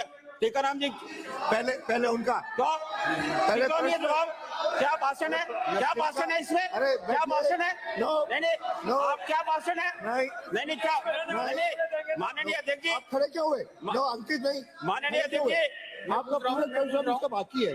माननीय अध्यक्ष महोदय, लीडर ऑफ अपोजिशन बैठे। माननीय अध्यक्ष जी, ये उनका प्रश्न पूछने का हक है। माननीय अध्यक्ष महोदय, दूसरा पूछो। बड़ा दुर्भाग्य है, हिंडोली से आने वाले सदस्य कभी सदन में तो आते नहीं है। भाषण देने के लिए थोड़ी खड़े हुए हो। बेटा तो सुनो। मंत्री जी, माननीय अध्यक्ष महोदय, माननीय अध्यक्ष महोदय, बड़ा दुर्भाग्य है, आप उत्तर मंत्री पद पे खड़े होके आप इस तरह की भाषा का प्रयोग कर रहे हैं। कौन सा अमीर आदमी विदेश जा रहा है नौकरी करने के लिए, रोजगार करने के लिए? अन्य स्टेट में कौन जा रहा है? गरीब जा रहा है, गांव का किसान का बेटा जा रहा है, उसको राशन की वितरण की बात हो रही है यहाँ। आप कैसी बात कर रहे हो? यहाँ को सारे अडानी अंबानी हो के जो विदेश में जाएंगे, मौज करने के लिए थोड़ी जा रहे हैं, अपने परिवार का पालन पोषण करने के लिए जा रहे हैं। प्रश्न पूछो। प्रश्न ये है, मेरा मूल प्रश्न का जवाब ही नहीं दिया इन्होंने। ये उन बच्चों का क्या करेंगे? ये कह रहे हैं कि आपने तो दिया नहीं। आप हमारी सरकार पे पल्ला झाड़ने की बजाय उस पे जो जवाब है वो दे मुझे। प्रश्न पूछो। मेरा प्रश्न ये है कि जो 4 साल के बाद का जो बच्चा है उसको आपने 5 साल का मान लिया। अभी मंत्री जी ने कह दिया आपने तो जोड़े नहीं, तो आपने जोड़ के कौन सी महारत हासिल कर ली? उनको गेहूं तो नहीं वितरण हो रहा ना, तो फिर आप किस बात की वाहवाही लूटने का काम कर रहे हो? ये बताओ कि वो 4 साल से 1 महीने का ऊपर का बच्चा जिसको आप 5 साल का मान रहे हो और उस परिवार को गेहूं वितरण कैसे होगा, वो बताओ आप। माननीय मंत्री जी। देख जी, पहला प्रश्न तो ये, क्या विदेश में बैठे को गेहूं हम क्या पार्सल से भेजेंगे? जो बैठा गेहूं पार्सल में, एक बात है, वो बात यही है। परिवार का ही उत्तर दे रहा हूं, परिवार का ही उत्तर दे रहा हूं। क्या वो विदेश में बैठा आप यदि जो गेहूं के या रोड़ो करण को नहीं रोड़ो मैं ही कर सकूं हाकिम जी, सारे सब ज्यादा जुड़े बात का। आप विदेश में रहने वाला माननीय अध्यक्ष जी, कोई गरीब नहीं होगा जो मजदूरी करने जा रहा है। आप चाहे डाटा मंगा के देख लो कितना उसके विदेश में आंकड़ा राशि से आ रहा है। और दूसरा विषय ये, माननीय पर्वतसर से आने वाले परिवार भी होगा तो विदेश का नाम कैसे जोड़ेंगे? हाँ। और दूसरा अध्यक्ष जी, ऐसा नहीं, मैं बोल रहा हूँ, गरीब पूछ रहे हैं। दूसरे स्टेट में तो होगा क्या? विदेश की क्यों? इन्होंने तो विदेश शब्द पकड़ लिया। माननीय अध्यक्ष महोदय, इन्होंने विदेश शब्द पकड़ लिया। इन्होंने दूसरे स्टेट में भी तो गया है, दूसरे स्टेट में भी तो गया है रोजगार के लिए, उसका बता दीजिए। सुनो माननीय अध्यक्ष जी, ये क्या है? नहीं, माननीय अध्यक्ष जी, विपक्ष के साथियों को इस बात की खीज है कि भजनलाल शर्मा सरकार ने 75 लाख नए लाभार्थी राजस्थान में कैसे जोड़ दिए और आज 10 लाख लाभार्थी स्थान हमारे पास रिक्त हैं। अब इनका ये प्रश्न है क्या दूसरे स्टेट में गए? माननीय मैं सदस्य को बताना चाहूंगा, युवा साथी हैं, पढ़कर आया करो। 1 स्टेट 1 राशन कार्ड है, पूरे भारत में कहीं भी राशन ले सकता है व्यक्ति, पूरे भारत में कहीं भी उसको सुविधा है। अगला प्रश्न है श्री बालाचार्य। सेंसिटिव विषय था, मंत्री जी ने इसको मजाक में उड़ा के पॉलिटिकल भाषण देके कर, जो पॉलिटिकल नहीं। अरे आपके अध्यक्ष जी, आपके 5 साल में नए लाभार्थी एक भी नहीं जुड़े, लाखों की एप्लीकेशन बाकी थी, 75 लाख हमने जोड़े, वो आपको मजाक लगता है? आपको 75 लाख गरीब लोग जुड़े, वो आपको मजाक लगता है? आपको नेता प्रतिपक्ष जी, ये गरीब लोग जुड़ने मजाक है आपको? बैठो, बोलना हमें भी आता है। बैठो, एक बार प्रश्न मंत्री जी बैठो, ज्यादा उतावले मत हो। ये स्कीम हम ही लाए, जो करोड़ों नाम जुड़ रहे हैं ना वो कांग्रेस ने जोड़े हैं, समझ गए ना? जिसमें 75 लाख जोड़े, सबसे पहले तो मैं बता देता हूँ। और 75 लाख जोड़े हैं तो 75 लाख काटे भी आपने, कोई अपने पास से एक नाम नहीं जोड़ा है। दूसरी बात, माननीय अध्यक्ष जी, मेरा सिंपल सा माननीय सदस्य ने जो क्वेश्चन पूछा कि जो लोग मजदूरी के लिए, वो कोई राजी नहीं जा रहे, यहाँ 2 करोड़ रोजगार देने का जो वादा किया था ना पूरा नहीं हुआ, इसलिए उन गरीबों को विदेश में जाना पड़ रहा है कमाने के लिए। माननीय सदस्य ने पूछा कि जिन लोगों के परिवार के सदस्य विदेश में कमाने के लिए गए, मजदूरी करने न कि बिजनेस करने, उनके परिवार के और लोगों की भी केवाईसी नहीं होती और उनका खाद्य सुरक्षा में अन्न जो है बंद हो जाता है। माननीय सदस्य ने ये सिंपल सी बात पूछी है कि उस परिवार को आप देना चाहते हो कि नहीं देना चाहते, इतनी सी बात, इसका जवाब दे दो। और आपने अगर नहीं देना तो आप बता दो विदेश में जाने वालों का हम एक का भी नहीं दे रहे, सबका काट दिए, वो भी बता दो। ये तो मजदूरों का है। माननीय मंत्री। वैसे माननीय अध्यक्ष जी, पहली बात तो जो माननीय नेता प्रतिपक्ष ने कही कि स्कीम हम लेकर आए, ये बात सही है, कई स्कीमें आप लाते हो पर उसका क्रियान्वयन कभी आप कर नहीं पाते। क्रियान्वयन के लिए भारतीय जनता पार्टी ही करती है, ये भी एक हकीकत है। हाँ तो सुन लो बात, आपने प्रश्न पूछ, आप एक बात, अरे बैठे बैठे बोलना है क्या? मैं अध्यक्ष जी, और आज ही बोलना शुरू अध्यक्ष जी, बैठे माननीय अध्यक्ष जी, अनुमति हो बोलना आप। माननीय अध्यक्ष जी, शब्द किसके थे कि स्कीम हम लेकर आए? नेता प्रतिपक्ष के, उनका ही जवाब दे रहा हूँ, लाइन से बाहर तो दिया नहीं। आपने जो प्रश्न पूछा उसी का जवाब दिया। अब ये एंडोली से आने वाला आपका प्रश्न आएगा, पूछ लेना अभी थोड़ी देर बाद आपका। आप सदन में आते तो नहीं, कभी कभी आते हो तो आवेश में आते हो, युवा दिखाने। प्रश्न का वो तो आएगा, हाँ तो आएगा, देंगे, क्यों डर रहे हो बात का? और माननीय अध्यक्ष जी, इन्होंने कहा स्कीम लाए, 4 करोड़ 46 लाख की सीलिंग है। सीलिंग में ये तो भूतपूर्व का, हाँ तो बोल रहे हैं ना। इनका तो उत्तर तो सुन लो। तो आप ही उत्तर दे दो। अरे उत्तर तो सुन लो। अरे आप क्या बोल रहे हो? उनको अनाज देंगे कि नहीं देंगे उसके परिवार के लोगों को, सीधा सा सिंपल। माननीय को अनुमति दी। माननीय अध्यक्ष जी, सदस्यों को खाद्य सुरक्षा में बिल्कुल दे रहे हैं। अनाज मिलेगा कि नहीं मिलेगा, ये बिल्कुल बताओ। मैं दे रहा हूँ। माननीय अध्यक्ष जी, कह रहे देंगे। हमारे पास 2025 का पोर्टल लगातार चालू है। माननीय मुख्यमंत्री जी द्वारा 26 जनवरी 2025 से पोर्टल लगातार चालू है। जो भी पात्रता रखता है वो अपना नाम जुड़ाए, उसके लिए पोर्टल पूरे टाइम चालू है। जो भी पात्रता अगला रखता प्रश्न है बाल मुकन्ना चाह रहे हो गया। की वजह से केवाईसी नहीं हो रही पूरे परिवार की। आप क्वेश्चन ही नहीं समझ रहे, जवाब कुछ दे रहे हो। उस एक व्यक्ति की वजह से परिवार की केवाईसी नहीं हो रही। बच्चा है 5 साल का हो गया, उसकी भी केवाईसी नहीं हो रही क्योंकि आधार कार्ड में उसके अपडेट नहीं हो पा रहा है। उसके लिए आप क्या व्यवस्था करेंगे, ये बात कर रहे हैं। आप तो पता नहीं क्या जवाब। मैंने आपको अभी माननीय सदस्य को जवाब दिया। जो प्रश्न माननीय परबतसर से आने वाले विधायक ने पूछा, जो 5 साल से कम है, जिनकी आयरिश हो रही, केवाईसी नहीं हो रही, वो डीलर का आके अपना आवेदन दे और उसको हम छूट दे रहे हैं। हर महीने हमारे पास बहुत ऐसे आवेदन आ रहे हैं जिसको और उसको जोड़ा जा रहा है, उसको दिया जा रहा है। और मैं आपसे निवेदन करता हूं माननीय सदस्य से, कोई ऐसा प्रसंग आपके पास है मुझे लाके दो। आपने मुझे आज तक बताया नहीं, बताओ हम हाथों हाथ करेंगे काम। हमारी सरकार तो सबका साथ सबके विकास पे चल रही है, हाथों हाथ काम होगा, जोड़ा जाएगा। बाल मुकन्ना चाह रहे हो गया। प्रश्न जवाब तो वो आना है या 3 बार आपने पूछ लिया, हो गया। प्रश्न संख्या 160। माननीय एक ही प्रश्न दोनों चलाऊंगा। अब एक आसन से आपसे मैं निवेदन हो गया। उन्होंने कहा मंत्री माननीय अरे आपको किसने कहा? गोपाल जी बैठिए, आइए बैठिए बैठिए। गोपाल जी, मतलब मैं एक को बैठाता हूँ दूसरा खड़ा हो जाता है, ये मेरा काम है। माननीय अध्यक्ष जी, मैं ये बात कहूंगा, नेता प्रतिपक्ष के सबसे ज्यादा इसलिए इस बात की दुख हो रहा है क्योंकि 75 लाख में सबसे ज्यादा जो लाभार्थी जुड़े हुए एससी एसटी समाज के, इनको दुख है कि कैसे जोड़ दिए गए थे, साल से उनके ले रहे हैं। आप तो ये उत्तर दे दीजिए, ये जोड़ेंगे कि नहीं, ये पूछ रहे हैं। मैं माननीय अध्यक्ष जी, माननीय अध्यक्ष जी, आप तो बैठो। अरे आपके आगे बैठ रहे हैं, हो गया। माननीय अध्यक्ष जी, अरे नहीं दे रहे तो जितना उत्तर होगा। 4 करोड़ 40 लाख की सीलिंग है, 75 लाख नए जोड़े, 18% नए लाभार्थी जोड़े। हमारा पोर्टल पूरे टाइम चालू है। जो भी पात्रता रखता है आवेदन करो, उसको जोड़ा जाएगा। बैठिए, हो गया। मैं बाल मुकन्ना चाह रहे। प्रश्न संख्या 160। चल माननीय मंत्री जी।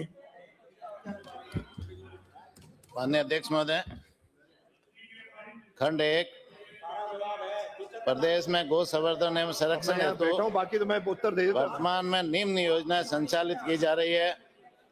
नंबर 1, राजस्थान गो संरक्षण एवं संवर्धन निधि नियम 2016 संशोधित नियम 2021 में उल्लेखनीय प्रावधानों के अनुसार पात्र गौशालाओं में संधारित गोवंश को भरण पोषण हेतु सहायता राशि का प्रावधान है। नंबर 2, पंचायत समिति स्तरीय नंदीशाला योजना सहभागिता योजना चल रही है। नंबर 3, ग्राम पंचायत गौशाला पशु आश्रय स्थल जन सहभागिता योजना। नंबर 4, गौशाला विकास जन सहभागिता योजना। अरे सुनिए नंबर 5, माननीय सदस्य, वध से बसाए गोवंश सहायता योजना। उक्त योजना में पात्र पंजीकृत गौशालाओं को गो संरक्षण एवं संवर्धन हेतु गौशालाओं में संधारित गोवंश को चारे पानी एवं पशुहार हेतु अनुदान तथा आधारभूत परिसंपत्तियों के निर्माण हेतु सहायता राशि दिए जाने का प्रावधान है। खंड 2, सनातन धर्म में वात्सल्य एवं दुलार की ममतामयी प्रतिमूर्ति गौ माता सदैव से ही पूजनीय तथा सम्मानीय रही है। वैदिक काल से ही गाय को गौ माता कहा जाता रहा है। वैदिक वाग्मय में गावो विश्वस्य मातरम, गाय विश्व की माता है कहकर संबोधित किया गया है। खंड 3, जी हाँ, राजस्थान गो संरक्षण एवं संवर्धन निधि 2016 संशोधित 2021 अंतर्गत पात्र गौशालाओं को संधारित गोवंश को चारा पानी एवं पशुहार हेतु सहायता राशि तथा आधारभूत परिसंपत्तियों के निर्माण हेतु अनुदान दिए जाने का प्रावधान है। माननीय सदस्य। अध्यक्ष महोदय, राजस्थान की पहचान, संस्कृति एवं आस्था का केंद्र गोमाता है। अतः प्रदेश की जनता आज ये जानना चाहती है कि सरकार केवल भावना व्यक्त कर रही है, साथ में गोमाता का संरक्षण हेतु निर्णय भी ले रही है। लेकिन मेरा निवेदन अध्यक्ष महोदय आपके माध्यम से मंत्री महोदय द्वारा दिया गया उत्तर प्राप्त हुआ, किंतु उस उत्तर से थोड़ा सा असंतुष्ट हूं, क्योंकि प्रश्न का स्पष्ट तथ्यात्मक उत्तर देने के स्थान पर कुछ इधर उधर भी है। मेरा निवेदन है, प्रथम पूरक प्रश्न यह है कि मैंने अपने मूल प्रश्न में स्पष्ट रूप से पूछा है, क्या राज्य सरकार गाय को राज्य माता का दर्जा प्रदान करने का विचार रखती है या नहीं। माननीय मंत्री महोदय से निवेदन है कि सनातन धर्म में गाय को माता का दर्जा है, विश्व की माता है। इसके लिए प्रश्न का उत्तर आने दो। माननीय अध्यक्ष महोदय, सनातन धर्म में वात्सल्य एवं दुलार की ममतामयी प्रतिमूर्ति गौमाता सदैव से ही पूजनीय एवं सम्माननीय रही है और राजस्थान में गौ माता को, गोवंश को संरक्षण के लिए, संवर्धन के लिए राजस्थान सरकार पूरी तरह से समर्पित है। राजस्थान में 2 वर्ष पूर्व 3636 गौशालाएं संचालित थी, 12,29,102 गोवंश था। हमने इस 2 साल के कार्यकाल में गौशालाओं को बढ़ाया, 785 नई गौशालाएं खोली और अभी 4421 गौशालाएं संचालित है। वो जो पूछ रहे अभी वो उसी विषय पे आ रहा हूँ। तो हम गौ संवर्धन के लिए, गौ माता के सेवा के लिए सरकार पूरी तरह से समर्पित है। वैदिक काल से ही गाय को गोमाता कहा जाता रहा है। वैदिक काल में वाग्मय में गावो विश्वस्य मातरम, यानी गाय विश्व की माता है कहकर संबोधित किया गया है और गाय को माता मानते हुए हम सभी लोग उसकी सेवा भी करते हैं, संरक्षण भी करते हैं, उनके सेवा के लिए काम भी करते हैं। इनका प्रश्न है कि गाय को राज्य माता का दर्जा देने का सरकार विचार रखती है। वर्तमान में फिलहाल ऐसा कोई प्रस्ताव विभाग में विचाराधीन नहीं है। माननीय अध्यक्ष महोदय, अभी माननीय अध्यक्ष महोदय, काल में अगले को पूरक और इनको पूछना है, हर मामले में बोलना है। धार्मिक मान्यता नहीं बल्कि सरकारी नीति एवं विविध दर्जे के संबंध में प्रश्न कर रहा हूं। अतः मेरा स्पष्ट प्रश्न यह है, सरकार महाराष्ट्र एवं छत्तीसगढ़ जैसे राज्यों में देशी गाय को राज्य माता का दर्जा प्रदान संबंधी निर्णय ले चुकी है, घोषणा की जा चुकी है। गोरक्षण एवं सनातन धर्म संस्कृति की दृष्टि से अग्रणी प्रदेश होने के बावजूद राजस्थान में अब तक ऐसा निर्णय क्यों नहीं लिया गया। अब सरकार कब तक निर्णय लेने में विचार रखती है। माननीय अध्यक्ष महोदय, मेरा दूसरा प्रश्न यह है कि विगत 2 वर्षों में जयपुर जिले में गोरक्षण एवं संवर्धन हेतु कितना बजट आवंटित किया गया, कितनी राशि व्यय की गई एवं गौशालाओं को अधिकतम कितना प्रतिशत अनुदान प्रदान किया जा सकता है। माननीय मंत्री जी। माननीय अध्यक्ष महोदय, अभी माननीय सदस्य ने बताया कि महाराष्ट्र और मध्य प्रदेश में गौ माता को राज्य माता का दर्जा दिया गया है। तो निश्चित रूप से हम महाराष्ट्र से और मध्य प्रदेश से किस आधार पर दिया है वो एक बार वहां से रिकॉर्ड मंगवाएंगे। मंगवाने के बाद में उसका परीक्षण कराएंगे और परीक्षण करा करके नियमानुसार आगे की कार्रवाई भी इसमें करेंगे। दूसरे अध्यक्ष महोदय, मेरा आपके माध्यम से बस अंतिम बात, निवेदन यह है कि आज भी प्रतिदिन गाड़ियां पकड़ी जा रही है, घटनाएं घटित हो रही है, कहीं ना कहीं गो हत्यारे, गोकशी कहीं ना कहीं हो रही है। सख्त कानून की आवश्यकता है, उनको फांसी की सजा की आवश्यकता है। और जिस प्रकार से घटनाएं आज भी सामने आती है, शिवरात्रि के दिन भी, नहीं तो फिर मुझे शिवरात्रि के दिन भी जयपुर के समीप एक गाड़ी पकड़ी गई थी और 6 नंदी उसके अंदर गाड़ी में पकड़े गए थे। तो कड़क कानून की आवश्यकता है ताकि इसका पालन हो सके और गौ हत्या बच सके। भारतीय देसी नस्ल की गौ माता, हमारी विश्व माता जो है, उसको बचा पाए। आपको कुछ कहना है। माननीय अध्यक्ष महोदय, माननीय सदस्य को बताना चाहूंगा कि राजस्थान में गोवध कानून बना हुआ है और उसी के तहत जहां पर भी गौ माता के विरुद्ध में कई अत्याचार होता है, अन्याय होता है, नियमों के अनुसार सरकार उसमें त्वरित कार्रवाई करती है, पुलिस में मुकदमे भी दर्ज करवाती है, उनके विरुद्ध सख्त कार्रवाई भी करती है और उसी नियमों को आगे बढ़ाते हुए इसमें आगे भी जहां जहां ऐसी कोई घटना होगी तो उसमें सख्त कार्रवाई करेंगे। अध्यक्ष महोदय, बहुत गंभीर विषय है। माननीय सदस्य ने भी कहा कि वो जवाब से भी संतुष्ट नहीं है और सरकार ये भी स्पष्ट नहीं कर पा रही है कि गाय को गोमाता का दर्जा देगी कि नहीं देगी। और आपने खुद कहा, माननीय सदस्य ने भी कहा कि गो हत्याएं हो रही है लगातार और आप कह रहे हो हम कार्रवाई कर रहे हैं। मैं पूछना चाहता हूं, पिछले सप्ताह जयपुर के अंदर जो गो हत्या हुई, हिंगोनिया गौशाला से एक गाय का सर काट के लेके आए गए और उस सर पे उसके अंदर किसी बीजेपी कार्यकर्ता का नाम है और उसको बचाने के लिए पार्टी के विधायक जो उसको छुड़ाने का काम कर रहे हैं। इस पे सरकार क्या रुख अपनाएगी, उन दोषियों के खिलाफ क्या कार्रवाई करेगी, ये मंत्री जी बताएं। अरे अब आपके माननीय आपके मंत्री हैं। अरे आपके मंत्री जी मैं मेरा किशन ये क्या बांट रहे हो? ये आरोप दिखाया, ये बर्दाश्त नहीं हो। किशनगढ़ का है, किशनगढ़ के बता दो। ये 2-3 पन्ने में तो बोलूंगा ही। किशनगढ़ के हैं। अब इतना ही नहीं किया है, हमारी सरकार ने, राजस्थान की सरकार ने भी और भारत सरकार ने भी, आपको पता है अभी अपना घर की स्कीम चला रहे। हम हाईवेज पर ड्राइवरों के लिए रेस्ट एरिया बना रहे हैं, उनको बेड लगा करके आरामदायक व्यवस्था भी करेंगे, जिससे कहीं उनकी नींद के कारण कहीं एक्सीडेंट नहीं हो जाए। हमने हाईवे पर कैमरे लगाने शुरू किए, दूदू से किशनगढ़ में ही 10 कैमरे लगा दिए और हमने माननीय मंत्री जी 2 जगह पर स्पीड गेंट्री लगाई है, जिनकी कंट्रोलिंग हमारे पास है। पूरे राजस्थान में ट्रैफिक व्यवस्था दुरुस्त हो, इसके लिए सरकार ने नवाचार किया है। 1 मिनट 10 मिनट हो गए। राजेंद्र, प्रश्न संख्या 156 माननीय अध्यक्ष महोदय, मुझे माननीय उप मुख्यमंत्री जी की तरफ से उत्तर मिल गया है और मैं पूरक प्रश्न पूछना चाहूंगा। विधानसभा क्षेत्र महुआ में सड़कों से संबंधित कितने कार्य देरी से चल रहे हैं एवं कब तक पूर्ण हो जाएंगे? माननीय मंत्री जी। माननीय अध्यक्ष महोदय, मैं माननीय सदस्य को ये बताना चाहूंगी कि विधानसभा क्षेत्र महुआ में 22 कार्य देरी से चल रहे हैं, जिनका कार्य दिनांक 30/6/2026 तक पूर्ण किया जाना संभावित है।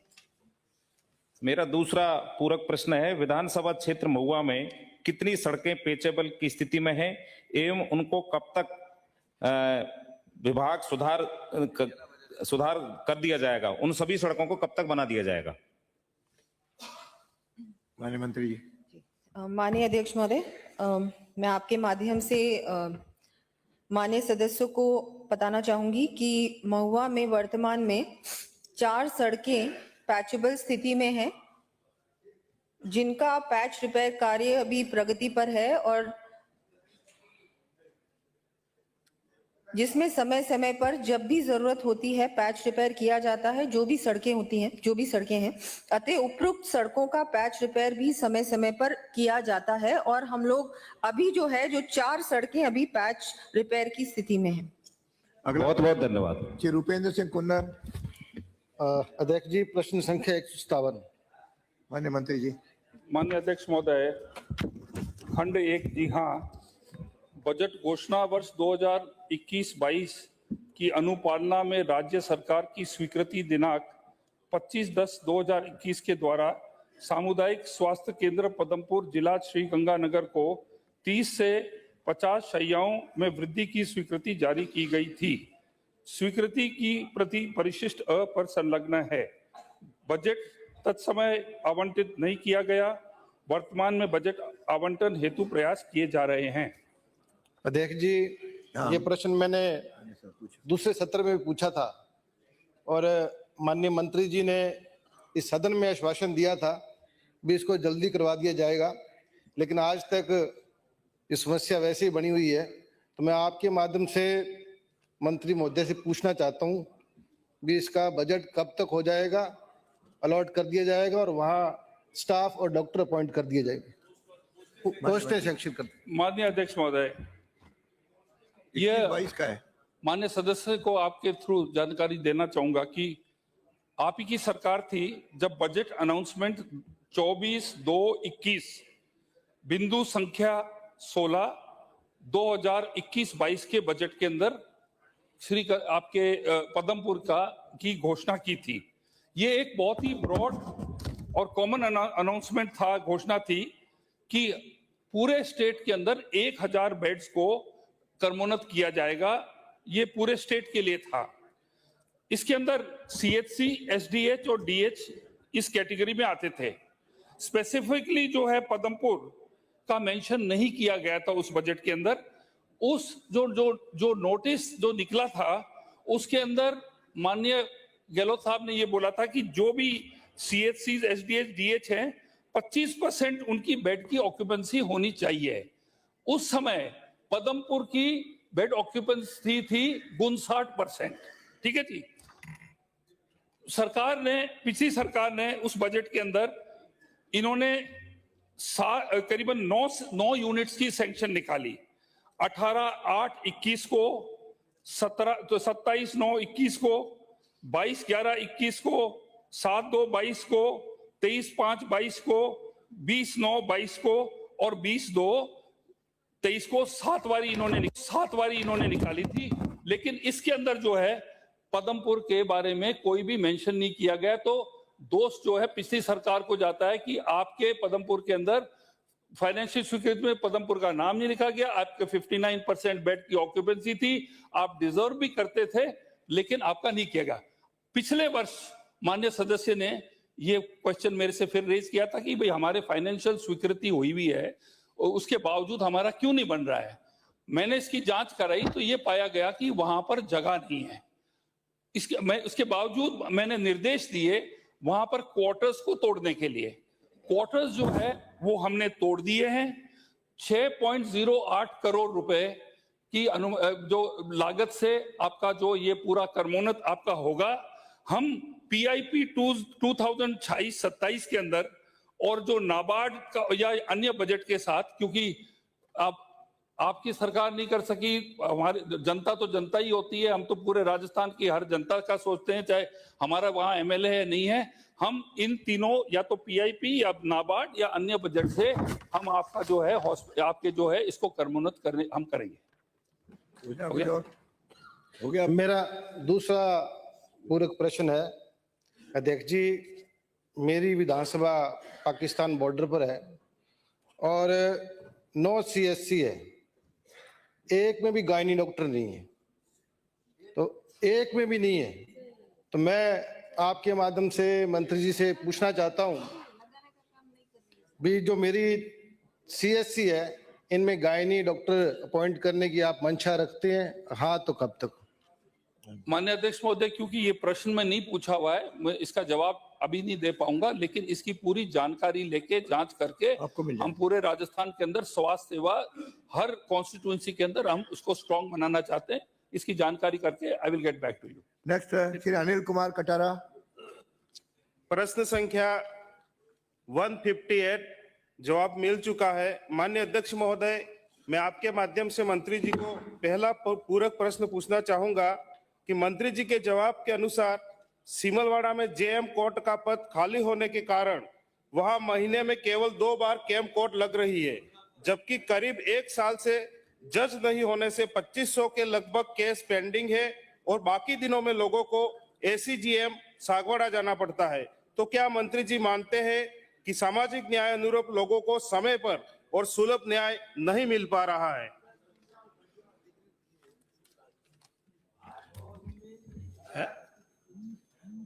आप आते हो ना, कल कहा था ना मैं यही रहूंगा 20 साल उसी सीट पे। आज हाईकोर्ट का बहाना नहीं है। शाम को माननीय अध्यक्ष महोदय, माननीय सदस्य का ये कहना है कि हमारे यहाँ मजिस्ट्रेट का पद खाली होने से नियरेस्ट जो मजिस्ट्रेट था उसको जुडिक्शन दिया गया है। क्योंकि ये हाईकोर्ट का क्षेत्राधिकार के अंदर आता है कौन सी कोर्ट का कौन सा जुडिक्शन देना, और उन्होंने दिया है। दूसरा, आपने कहा था कि हमारे यहाँ मुकदमे ज्यादा है, तो आपके क्षेत्र के जो मुकदमे हैं, जिस क्षेत्र में आप आते हो वहाँ मात्र 11 मुकदमे हैं उस क्षेत्र के, बाकी वाले दूसरे क्षेत्र के हैं। फिर भी हम हाईकोर्ट से रिक्वेस्ट करेंगे कि आपके यहाँ जज की पोस्टिंग की जावे ताकि लिटिगेंट्स को दूसरे क्षेत्र में नहीं जाना पड़े। हम पूरी कोशिश करेंगे कि आपके जज की पोस्टिंग हो जाए। धन्यवाद।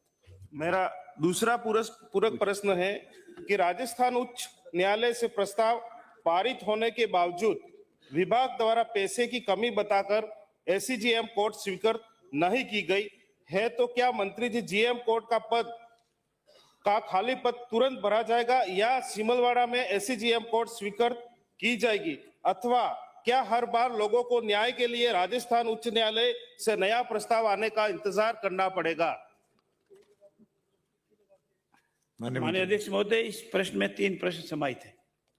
पहला, ये बिना माननीय राजस्थान उच्च न्यायालय की एक हाई पावर कमेटी के अनुशंसा के बिना कोई भी कोर्ट सरकार नहीं खोल सकती, क्योंकि जज की पोस्टिंग, सारा स्टाफ, फाइलों का ट्रांसफर वो माननीय राजस्थान उच्च न्यायालय की अनुशंसा पे होता है।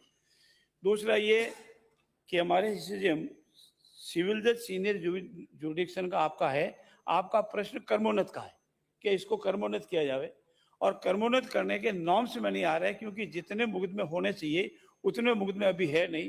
फिर भी मैंने आपको कहा है, हम माननीय राजस्थान उच्च न्यायालय से रिक्वेस्ट करेंगे कि आपके यहाँ जो खाली पद है वो तुरंत भरा जावे, ताकि दूसरी जगह नहीं जाना पड़े। मुकदमे तो सिर्फ 11 ही है। धन्यवाद। अगला प्रश्न है रामनिवास। Question number 159। माननीय अध्यक्ष महोदय, मुझे आंसर मिल गया। मैं माननीय मंत्री जी से पूछना चाहूंगा कि जब बच्चा 4 वर्ष 1 महीने का होता है तो विभाग द्वारा उसको 5 वर्ष का राशन कार्ड में दिखाया जाता है, और 5 साल से पहले आधार कार्ड अपडेट नहीं होता, और उसी वजह से केवाईसी संभव नहीं हो पा रही। इस कारण पूरे परिवार का राशन कार्ड पर जो वितरण है वो बंद हो गया है। तो इस तरह के जो मामले हैं, मैंने पता किया कि लगभग हर राशन डीलर के पास 50-60 परिवार ऐसे हैं जो वंचित रह रहे हैं।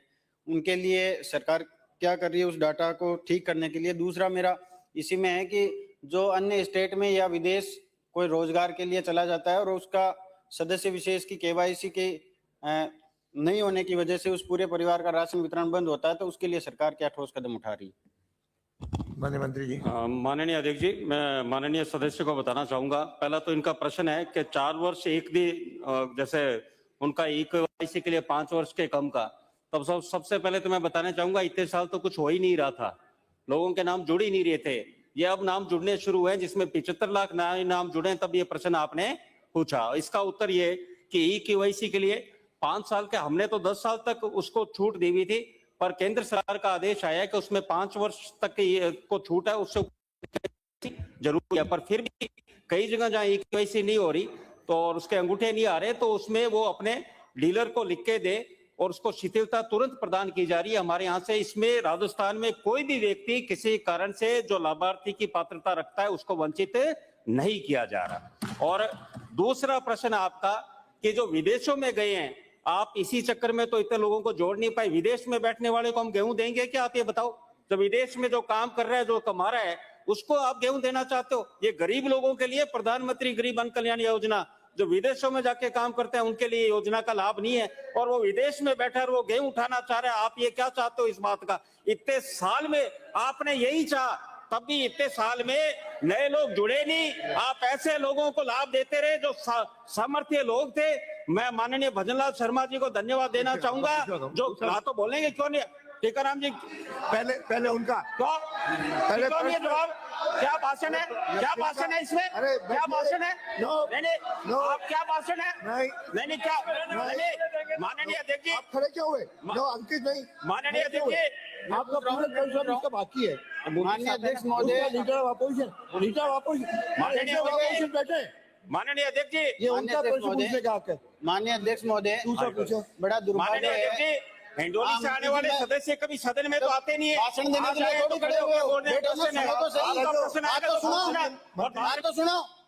मंत्री जी, माननीय अध्यक्ष महोदय, माननीय अध्यक्ष महोदय, बड़ा दुर्भाग्य है, आप उत्तर तो मंत्री पद पे खड़े होके आप इस तरह की भाषा का प्रयोग कर रहे हैं। कौन सा अमीर आदमी विदेश जा रहा है नौकरी करने के लिए, रोजगार करने के लिए? अन्य स्टेट में कौन जा रहा है? गरीब जा रहा है, गांव का किसान का बेटा जा रहा है, उसको राशन की वितरण की बात हो रही है। यहाँ आप कैसी बात कर रहे हो? यहाँ को सारे अडानी अंबानी होंगे जो विदेश में जाएंगे, मौज करने के लिए थोड़ी जा रहे हैं, अपने परिवार का पालन पोषण करने के लिए जा रहे हैं। प्रश्न पूछो।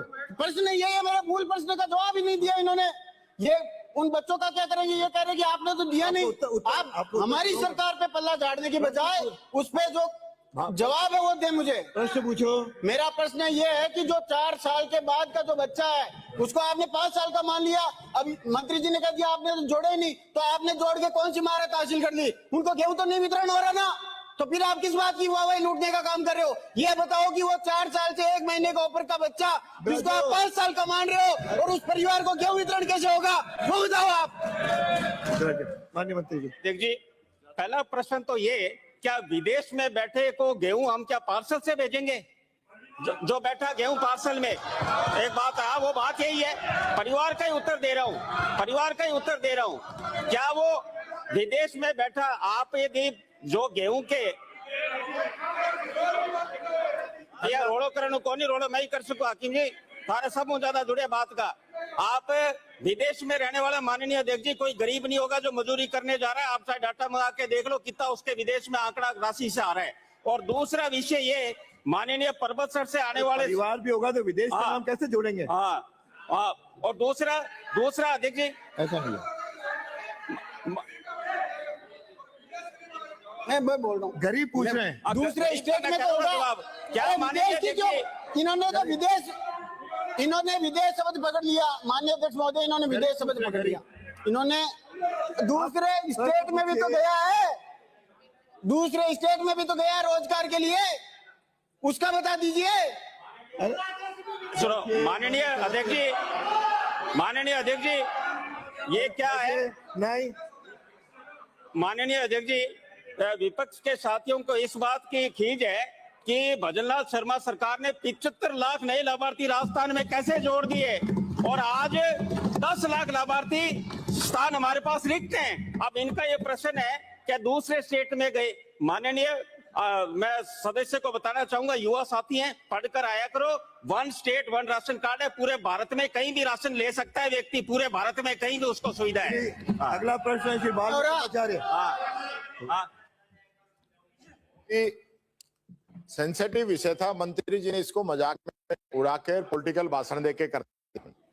जो पॉलिटिकल नहीं, अरे आपके अध्यक्ष जी, आपके 5 साल में नए लाभार्थी एक भी नहीं जुड़े, लाखों की एप्लीकेशन बाकी थी, 75 लाख हमने जोड़े, वो आपको मजाक लगता है? आपको 75 लाख गरीब लोग जुड़े, वो आपको मजाक लगता है? आपको नेता प्रतिपक्ष जी, ये गरीब लोग जुड़ने मजाक है आपको? बैठो, बोलना हमें भी आता है। बैठो, एक बार प्रश्न मंत्री जी बैठो, ज्यादा उतावले मत हो। ये स्कीम हम ही लाए, जो करोड़ों नाम जुड़ रहे हैं ना वो कांग्रेस ने जोड़े हैं, समझ गए ना? जिसमें 75 लाख जोड़े, सबसे पहले तो मैं बता देता हूँ। और 75 लाख जोड़े हैं तो 75 लाख काटे भी आपने, कोई अपने पास से एक नाम नहीं जोड़ा है। दूसरी बात, माननीय अध्यक्ष जी, मेरा सिंपल सा माननीय सदस्य ने जो क्वेश्चन पूछा कि जो लोग मजदूरी के लिए, वो कोई राजी नहीं जा रहे, यहाँ 2 करोड़ रोजगार देने का जो वादा किया था ना पूरा नहीं हुआ, इसलिए उन गरीबों को विदेश में जाना पड़ रहा है कमाने के लिए। माननीय सदस्य ने पूछा कि जिन लोगों के परिवार के सदस्य विदेश में कमाने के लिए गए, मजदूरी करने न कि बिजनेस करने, उनके परिवार के और लोगों की भी केवाईसी नहीं होती और उनका खाद्य सुरक्षा में अन्न जो है बंद हो जाता है। माननीय सदस्य ने सिंपल सी बात पूछी है कि उस परिवार को आप देना चाहते हो कि नहीं देना चाहते, इतनी सी बात, इसका जवाब दे दो। और आपने अगर नहीं देना तो आप बता दो, विदेश में जाने वालों का हम एक का भी नहीं दे रहे, सबका काट दिए, वो भी बता दो। ये तो मजदूरों का है। माननीय मंत्री, वैसे माननीय अध्यक्ष जी, पहली बात तो जो माननीय नेता प्रतिपक्ष ने कही कि स्कीम हम लेकर आए, ये बात सही है, कई स्कीमें आप लाते हो पर उसका क्रियान्वयन कभी आप कर नहीं पाते। क्रियान्वयन के लिए भारतीय जनता पार्टी ही करती है, ये भी एक हकीकत है। तो सुन लो बात, आपने प्रश्न पूछा, आप एक बात, अरे बैठे बैठे बोलना है क्या? मैं अध्यक्ष जी, और आज ही बोलना शुरू अध्यक्ष जी, बैठे माननीय अध्यक्ष जी, अनुमति हो बोलना आप। माननीय अध्यक्ष जी, शब्द किसके थे कि स्कीम हम लेकर आए? नेता प्रतिपक्ष के, उनका ही जवाब दे रहा हूँ, कोई लाइन से बाहर तो दिया नहीं। आपने जो प्रश्न पूछा उसी का जवाब दिया। अब ये एंडोली से आने वाला आपका प्रश्न आएगा, पूछ लेना अभी थोड़ी देर बाद। आपका आप सदन में आते तो नहीं, कभी आते हो तो आवेश में आते हो युवा दिखाने, प्रश्न का वो आएगा। हाँ तो आएगा, देंगे, क्यों डर रहे हो फिर आप बात का? और माननीय अध्यक्ष जी, इन्होंने कहा स्कीम लाए, 4 करोड़ 46 लाख की सीलिंग है। सीलिंग में ये तो भूतपूर्व का, हाँ तो बोल रहे हैं ना इनका, तो उत्तर तो सुन लो, आप ही उत्तर दे दो। अरे उत्तर तो सुन लो, अरे आप क्या बोल रहे हो? उनको अनाज देंगे कि नहीं देंगे उसके परिवार के लोगों को, सीधा सा सिंपल। माननीय को अनुमति दी, माननीय अध्यक्ष जी, को खाद्य सुरक्षा में बिल्कुल दे रहे हैं। अनाज मिलेगा कि नहीं मिलेगा ये बिल्कुल बताओ। मैं दे रहा हूँ माननीय अध्यक्ष जी, हमारे पास 2025 का पोर्टल लगातार चालू है। माननीय मुख्यमंत्री जी द्वारा 26 जनवरी 2025 से पोर्टल लगातार चालू है। जो भी पात्रता रखता है वो अपना नाम जुड़ाए, उसके लिए पोर्टल पूरे टाइम चालू है। जो भी पात्रता अगला रखता प्रश्न है बाल मुकन्ना चाह रहे हो गया। की वजह से केवाईसी नहीं हो रही पूरे परिवार की। आप क्वेश्चन ही नहीं समझ रहे, जवाब कुछ दे रहे हो। उस एक व्यक्ति की वजह से परिवार की केवाईसी नहीं हो रही। बच्चा है 5 साल का हो गया, उसकी भी केवाईसी नहीं हो रही क्योंकि आधार कार्ड में उसके अपडेट नहीं हो पा रहा है। उसके लिए आप क्या व्यवस्था करेंगे ये बात कर रहे हैं। आप तो पता नहीं क्या जवाब मैंने आपको अभी माननीय सदस्य को जवाब दिया। जो प्रश्न माननीय परबतसर से आने वाले विधायक ने पूछा, जो 5 साल से कम है, जिनकी आयरिश और केवाईसी नहीं हो रही, वो डीलर का आके अपना आवेदन दे और उसको हम छूट दे रहे हैं। हर महीने हमारे पास बहुत ऐसे आवेदन आ रहे हैं जिसको और उसको जोड़ा जा रहा है, उसको दिया जा रहा है। और मैं आपसे निवेदन करता हूं माननीय सदस्य से, कोई ऐसा प्रसंग आपके पास है मुझे लाके दो। आपने मुझे आज तक बताया नहीं, बताओ हम हाथों हाथ करेंगे काम। हमारी सरकार तो सबका साथ सबके विकास पे चल रही है, हाथों हाथ काम होगा, जोड़ा जाएगा। बाल मुकन्ना चाह रहे हो गया। प्रश्न जवाब तो संख्या- वो आना है या 3 बार आपने पूछ लिया, हो गया। प्रश्न संख्या 160। माननीय एक ही प्रश्न थोड़ी चलाऊंगा, अब एक आसन से आपसे मैं निवेदन हो गया। उन्होंने कहा मंत्री माननीय अरे आपको किसने कहा? गोपाल जी बैठिए, बैठिए बैठिए। गोपाल जी, मतलब मैं एक को बैठाता हूँ दूसरा खड़ा हो जाता है, ये मेरा काम है। माननीय अध्यक्ष जी, मैं ये बात कहूंगा, नेता प्रतिपक्ष के सबसे ज्यादा इसलिए इस बात की दुख हो रहा है क्योंकि 75 लाख में सबसे ज्यादा जो लाभार्थी जुड़े हुए SC ST समाज के, इनको दुख है कि कैसे जोड़ दिए गए इतने साल से उनके ले रहे हैं। आप तो ये उत्तर दे दीजिए, ये जोड़ेंगे कि नहीं, ये पूछ रहे हैं।